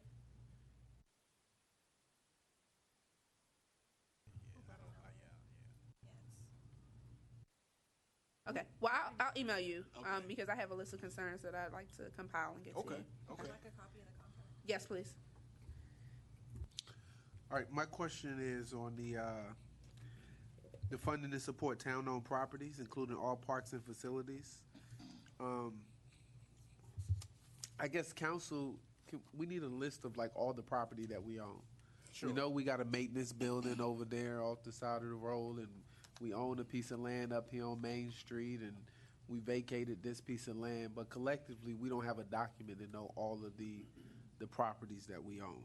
And I think that was amazing, so we can see, because we own the land that I guess Historic Dumfries is sitting on, and there's a franchise agreement in place that Correct. I think is up for renewal So- at some point right now. Go So, ahead. as I mentioned regarding paving and fleet, our Public Works Department has that information, and we will compile that information for council and provide a report so council can understand all of the responsibilities that our staff has on their plate in regards to maintenance. Okay, and then the federal grant management training program, is that to train somebody to be able to do federal grants in public works? Yes. Very well. Council Lady Neville? Did you have a question? Oh, no, your light went off. Very well. Anybody had questions for public works?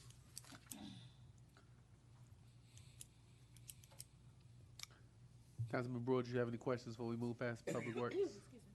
Go ahead, we've got 2 more sessions. All right, next section, Town Manager. Next session, stormwater management.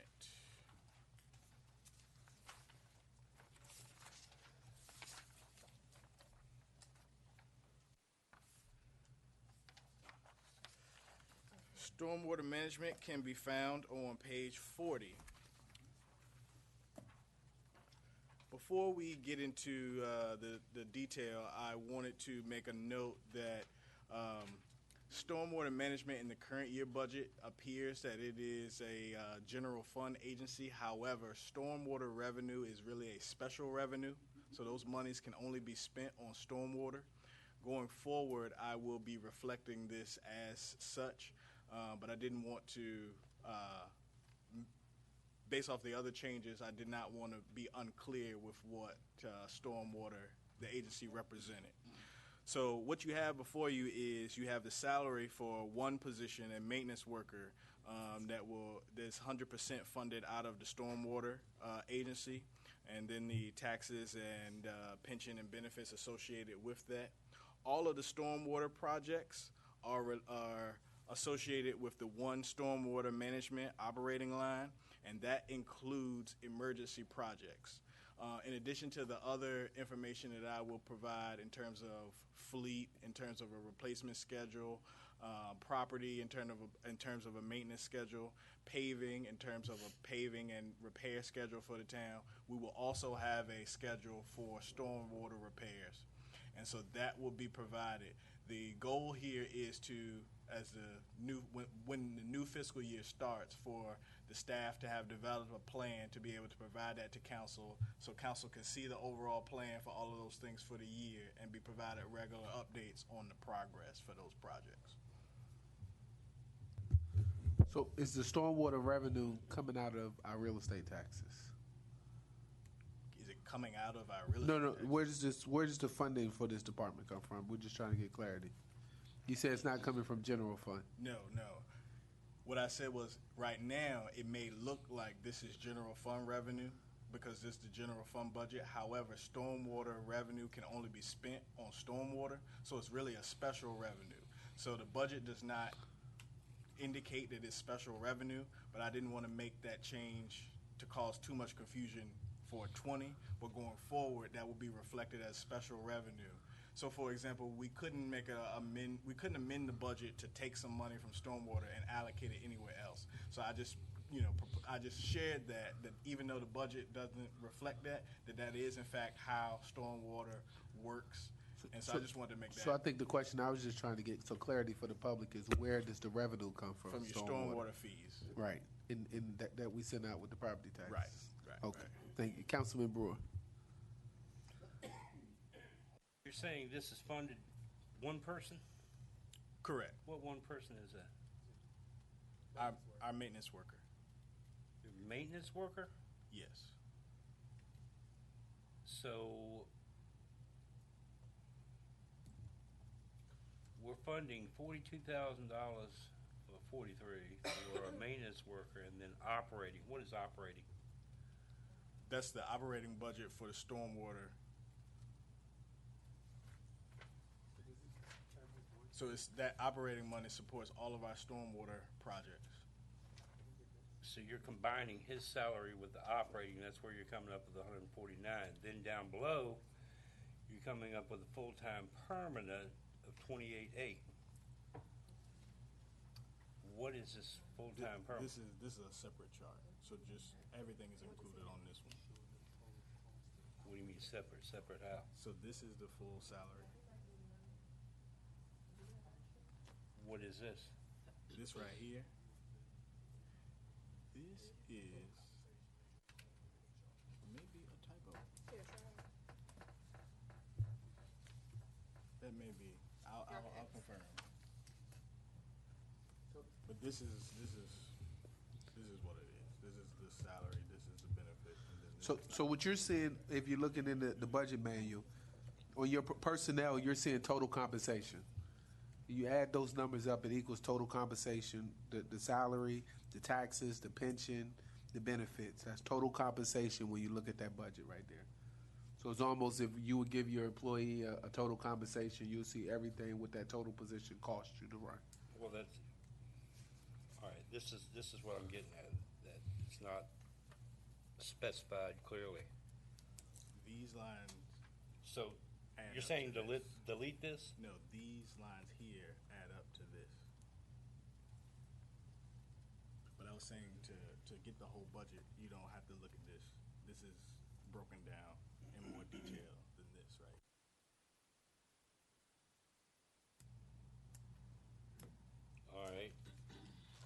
So the other salaries, so this is one person, we're taking his or her salary, whoever, from stormwater management.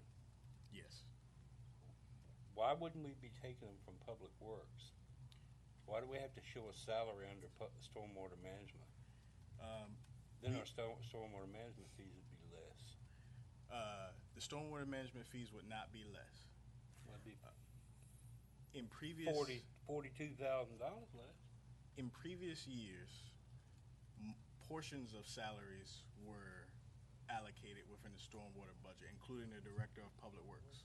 What I did was I eliminated that and budgeted 100% of the maintenance worker salary, whose time can be attributed 100% to stormwater management, to the budget and fully allocated. So exactly how is their time attributed to stormwater management? Because they work in This is support a of maintenance worker. What does he do to provide for stormwater management? His activities support our stormwater infrastructure, What which allow activities? us What does he do? the cleanup activities, and I can show you where that's an allowable use. I'm not disputing it. I'm just wondering what he does. Does he go around and clean up stormwater management ponds? What does he do? His activities support our stormwater So infrastructure. you're being not specific. I'm trying to stay technical and legal. Exactly my point. But what I'm saying here is, why shouldn't all of the workers be in the public works budget and our stormwater management fees would be less? So we could take that salary out of stormwater and put it into public works, but that would not reduce our stormwater fee. It would. Wouldn't be paying for it. It'd be coming out of public works. It'd be coming through town taxes. The budget, the revenue is the revenue. I understand. How we're using it is attributing that salary to that money. So the fees don't get reduced. We would just have an additional burden on the general fund. So we could do that, but we would need to find money to support that position within general fund dollars. We already have that. We do. What you're doing is, and these people that work for public works, before we had any kind of stormwater plan, were being funded through public works. Understood. Now what we've done is we put a person in here to accommodate for the state regulations saying that we need to do this or they're going to fine us. Correct? Correct. Okay. So if we're not showing it, what you're saying is they would fine us for this. Correct? No, what I'm saying is, if you don't want to pay the position out of stormwater, we can put it in public works. We absolutely can. Right. Your fee is not reduced. Your total stormwater budget will remain the same. So that money would still have to be reallocated within stormwater. Yes. And you have to find the money to support the position within the general fund. No, I disagree. Because right now the taxpayers are funding an additional $42,886 for a person in stormwater management. Correct. However, Okay. So, if you're getting rid of that, and you're coming up with the other fees, which I don't see here for annual permitting, vehicle maintenance, fuel, repairs, professional contracts, that's all been zeroed out.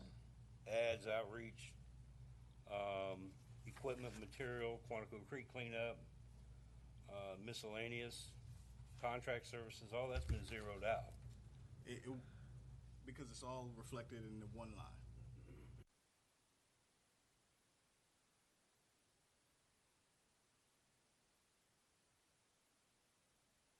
All right, so if you took the 106 and took the 42,000 out of it, we'd only be paying out $60-some thousand out of it, or 70-some thousand. No. Yeah. No. Stormwater revenue can only be used for stormwater. I understand that. I understand what you're using it for. Right. So what I'm saying is the revenue is the revenue. You've got a general fund that you're pulling all this stuff from, No, that's what I was saying at the very except for this. correct. This is funded by the state.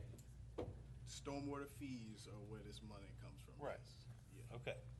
So the stormwater fees are paid by each individual homeowner. Right. All right, well, you could reduce their burden by $42,000. No.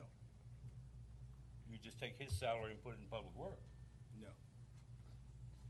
Well, of course you could. The stormwater budget stays a stormwater budget whether you want to charge the person out of it or not.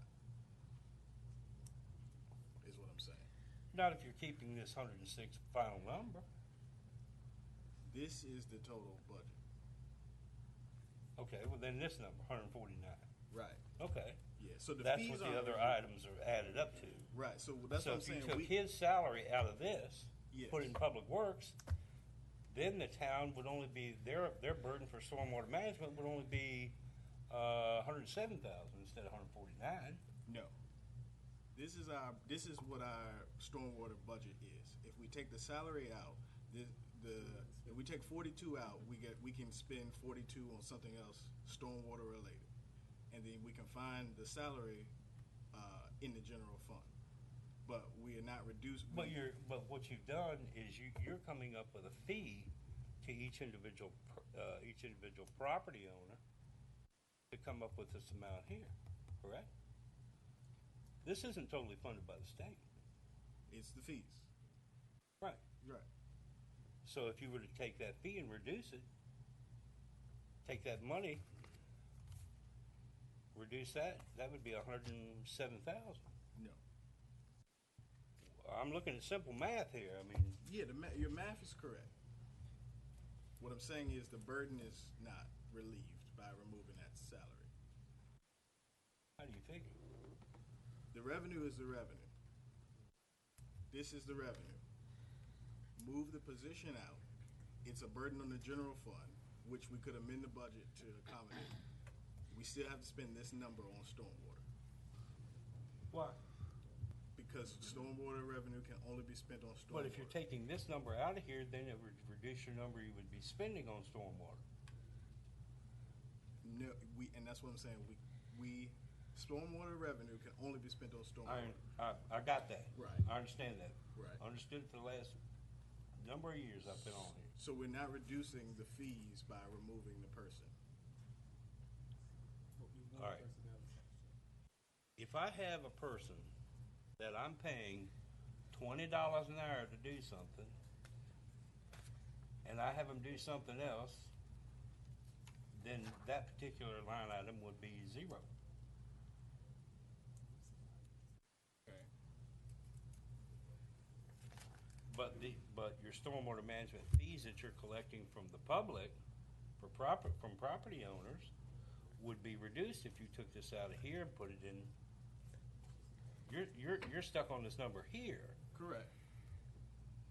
But if you took the salary out of that number there and put it in public works, it would reduce that number there. So let me see if I can explain it a different way.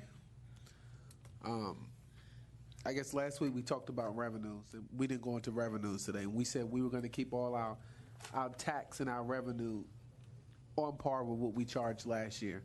So we didn't reduce any taxes. We didn't raise any taxes. We kept taxes at par.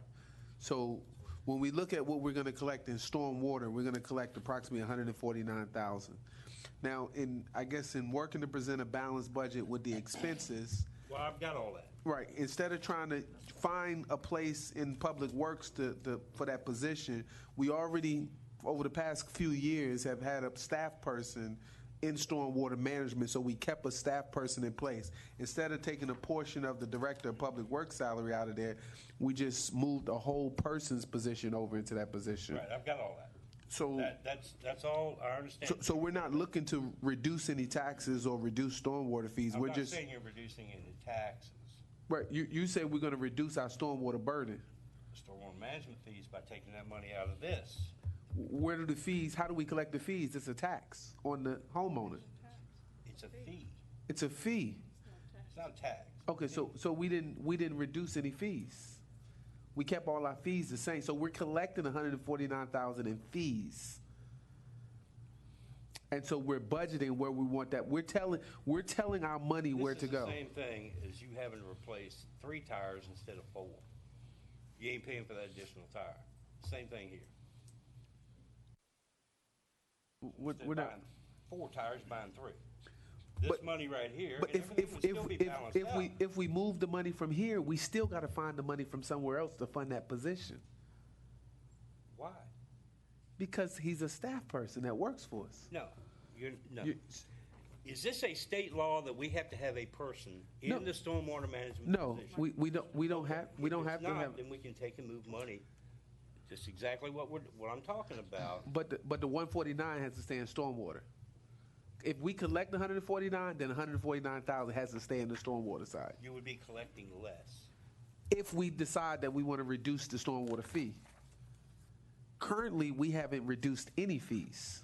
But that money would be coming out because of a salary.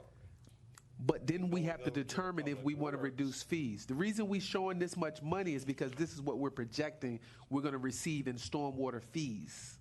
I understand that. This whole budget is nothing but a projection. It's That's projection. Any budget is. Right. So are What we I'm saying project? is- Are you saying you want to reduce the stormwater fee? You would, yeah, if you're taking a staff person out of here, $47,000, where's that? So I'm just trying to understand because I want to help y'all stop this conversation here. So he's saying based on the fees that we're collecting 149. So if you move that person out as the fee states right now, you're still going to collect $149,000. No, you would be reducing. Not until you decide to reduce that fee. If I'm selling 10 turkey burgers at $5 a piece, I'm still going to collect $50 whether that person eat them turkey burgers or not.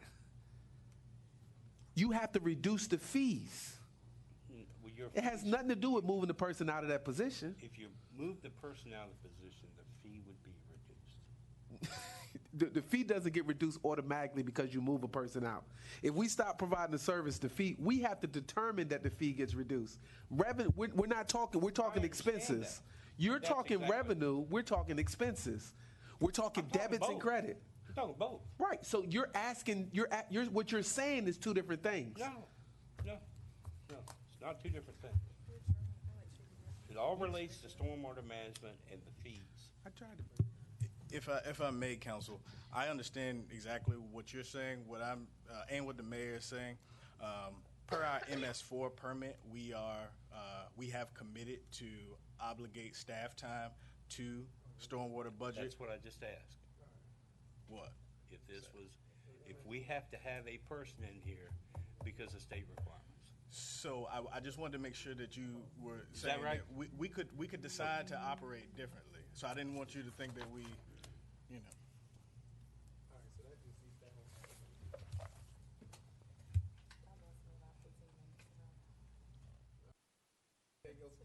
Hey, if you have questions, you better ask. All right? Anything else? If this is a state requirement that we have to have a person in there, nobody said that, and I asked it, then we have to do it. If it's not a state requirement, then we need to move that person out of there and put him in public works. And it would reduce the stormwater management fees to each and every property owner in the town. Correct, Amundo? There you go. All right. That's what I'm saying. All right, Council Lady Willis, the floor is yours. What's our storm management fee per single-family home in the town of Dumfries? We'll get that to you. Well, I can provide that to you. I'm looking it up and I can't find it. Okay, I will provide it to you.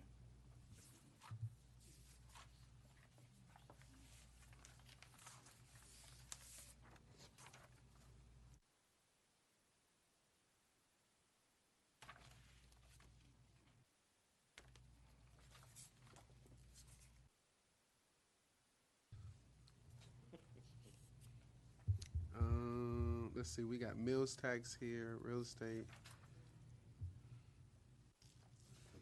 cigarette tax.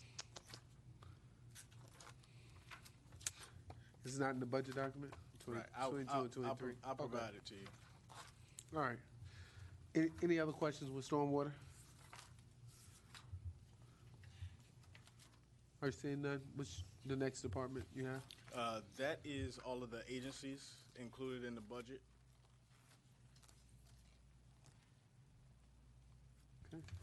Council has any other questions? Anybody have anything on revenue besides stormwater? Did they have any questions on? Council Lady Neville. I have a question about something, and this kind of goes back a few pages here. But the Virginia Institute of Governments, Yes. I'm just curious, how do we use that membership? I will pull up what we have historically done. I know what services they provide. They provide trainings where you can go to them. They will come to you. They provide various services. I don't know how it has been utilized in the past, but that's through the University of Virginia. So they provide a lot of government trainings, and particularly specific for a local body as well as for staff. Are these trainings benefits of our membership? Like, are they complimentary, or is it still an additional fee to participate in those trainings? I'm just curious because I'm not very familiar, and I pulled it up. I saw UVA and everything, and their courses available. It seems like almost like access to like community college kind of services. Like I saw the college at or they have a location in Abingdon, Virginia, and a list of different business writing, all kinds of things.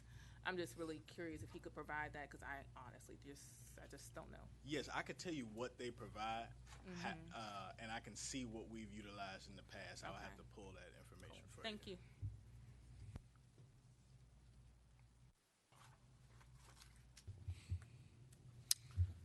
All right. No more questions. What's next on the agenda? Councilman Brewer, you got a Yeah, go ahead. town manager? So I was just taking notes as we were going through. Yeah, let's recap. So if council wants to make any changes, the only one that I noted was potentially eliminating the $10,000 for Boys and Girls Club and transferring that funding either to the admin budget to support staff, or adding it to the community partner grant program. So I think that deserves either a motion on the floor before you take any action. Yes, In absolutely. a discussion, okay. Absolutely. Council Lady Neville? I'd like to move that we take the money from the Boys and Girls Club line item and place it into the community grants line item. Second. All right, so it's been motion, it's been second. Discussion on this? I know for me, I don't support moving it. I support continuing to carry on with that organization. So that's my position on it. Any further discussion on that? Councilman Fields? I definitely see and acknowledge the intent behind the proposed to move it. However, to me, it's like one of our children. We have supported it for so long, and it has been sort of our child to raise, or our child to keep up with. And I think by not doing so at this time, without a little bit more to go as far as research, and I think we always can do better as far as holding them accountable. To turn our backs on it now and to put them through extra hoops, I'm not for that right now. However, the intent is good that Ms. Neville is talking about. Maybe we can reallocate that a different way later, or make a proposal or something else to do that, because my heart is torn for as, yes, we have other things in town that we need to definitely pay attention to need our services as well. But the Boys and Girls Club really tugs at my heart, and I would hate to turn our back on them now. Council Lady Miles? My intent is not to turn my back on the Boys and Girls Club. I believe in the work that they do. I appreciate the work that they do with our children, but I do believe in accountability. I would like to do some research and see how we can support them in a way that holds them accountable and ensures that our kids are benefiting from this program. I don't even mind maintenance if we know that that's what the funds are going to. If the large percentage of the money that we're providing is going to maintenance and it's not going to the kids, for me, I find that very problematic. I would like to see maybe if the town manager could do some research to find out how we can ensure that our kids are benefiting from this program directly. Sure. And then, like, if they're playing basketball on an old rug, if we're getting them $10,000, why are they still playing basketball on an old rug? Why are they paying for lights? Maybe they should be fixing the floor. I mean, I just would like to see our kids directly benefiting from the money that we're giving them. That's what's most important to me. Council Lady Willis. I agree with you, Mayor, and Councilman Fields about the Boys and Girls Club. I know that the director does give an accounting of what she spends every year to the council. So I think it's twofold. They do benefit the town children as well as running a gamut of maintaining that building, and that building's not a new building. So, and sometimes you have to make a decision whether to fix a rug or make a repair to a leaky roof.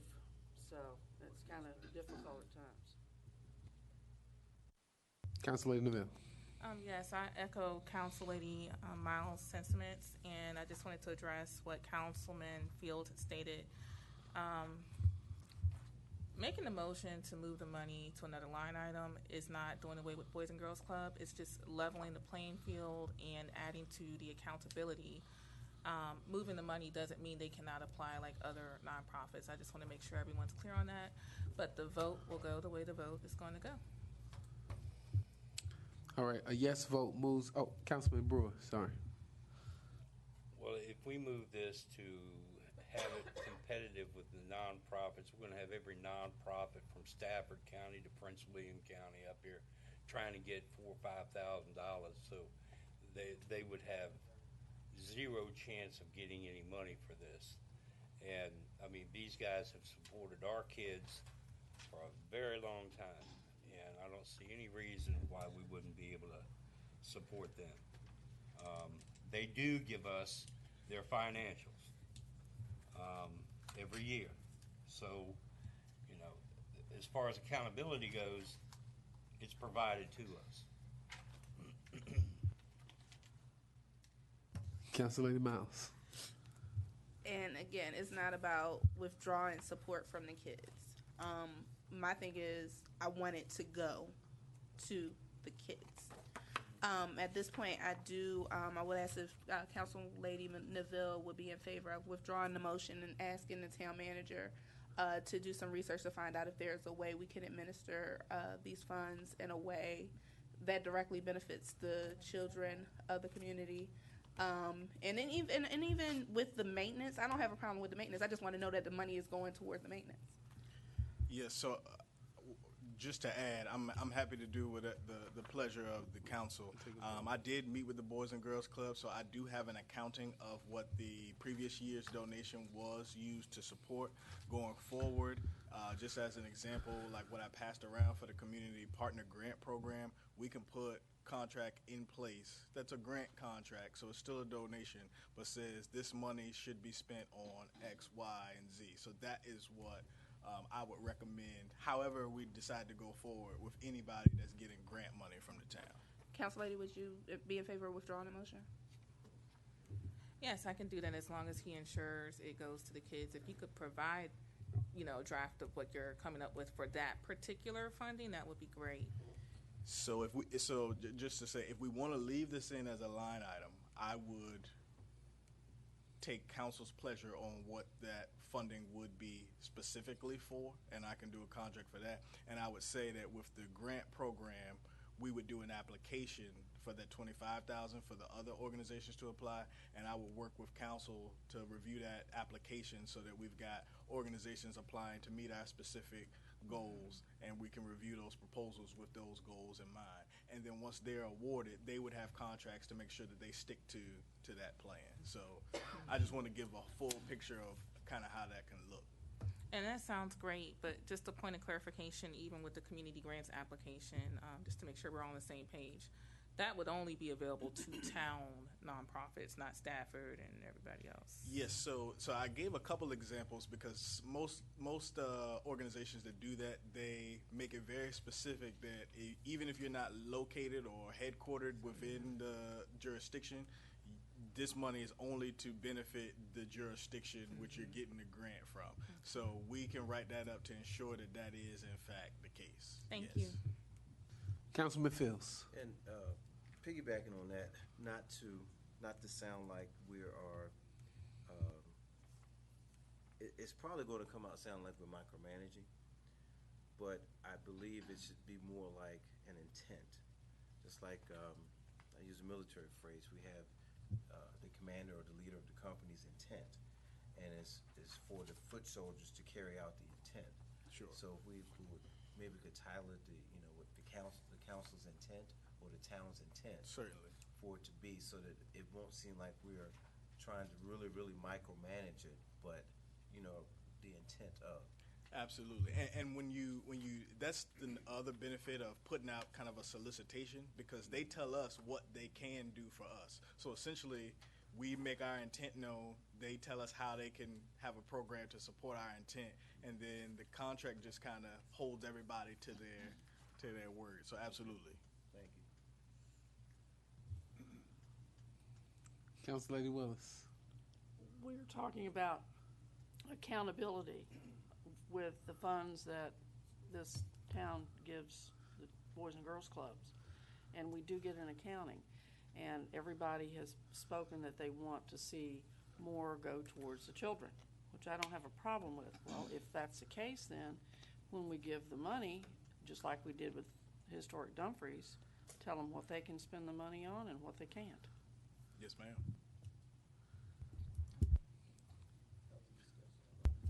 Vice Mayor. I think that's a great idea, and when we do that, we want to make sure that that's uniform across the board for any recipients of our grants. Absolutely.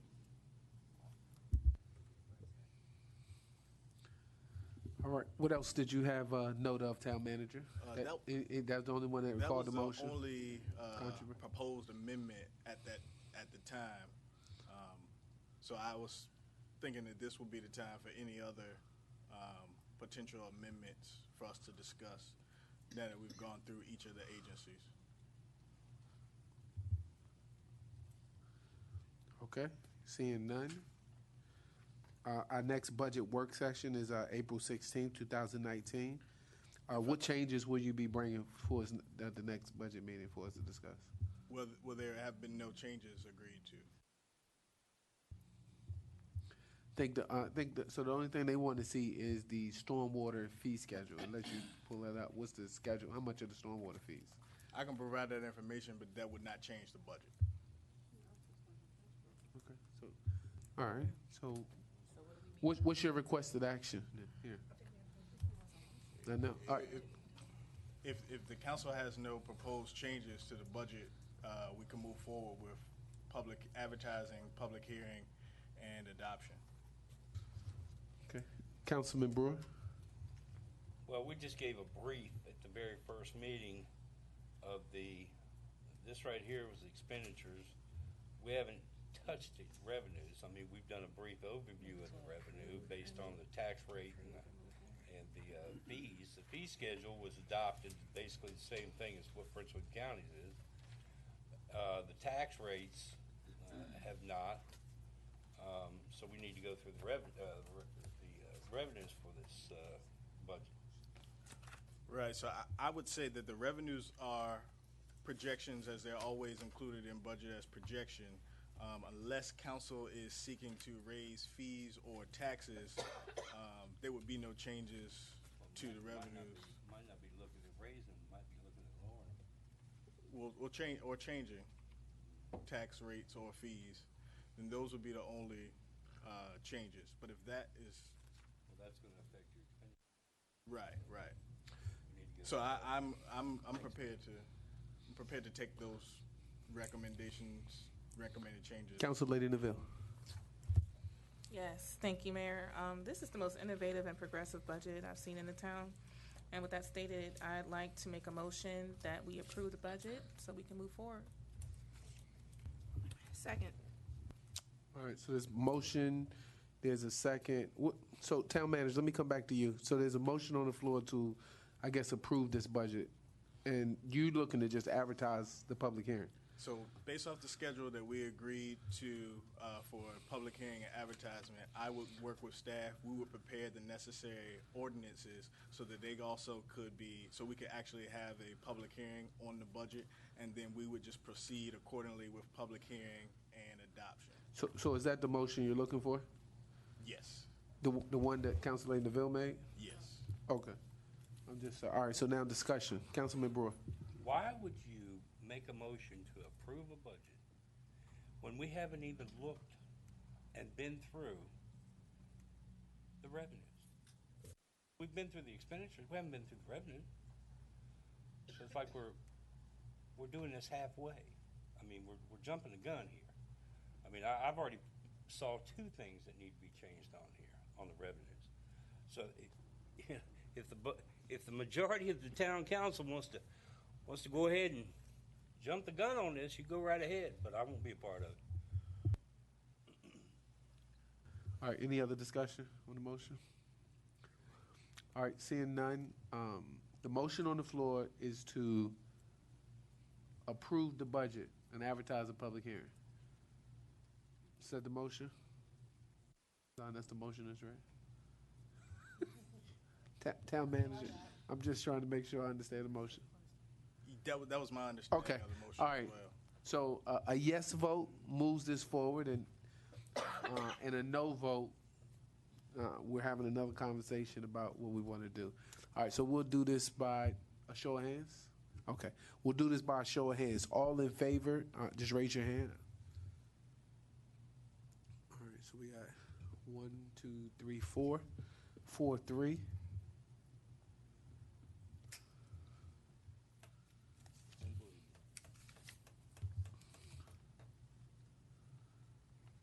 All right, so that takes us to town manager. So your schedule on this now.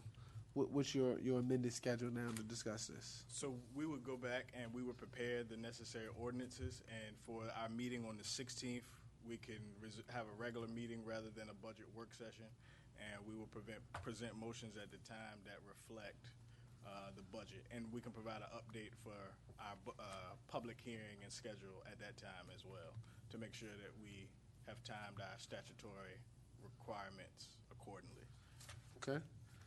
All right, next on the agenda is adjournment. So moved. All right, it's been motion. Second. All in favor of adjourning, say aye. Aye. All opposed?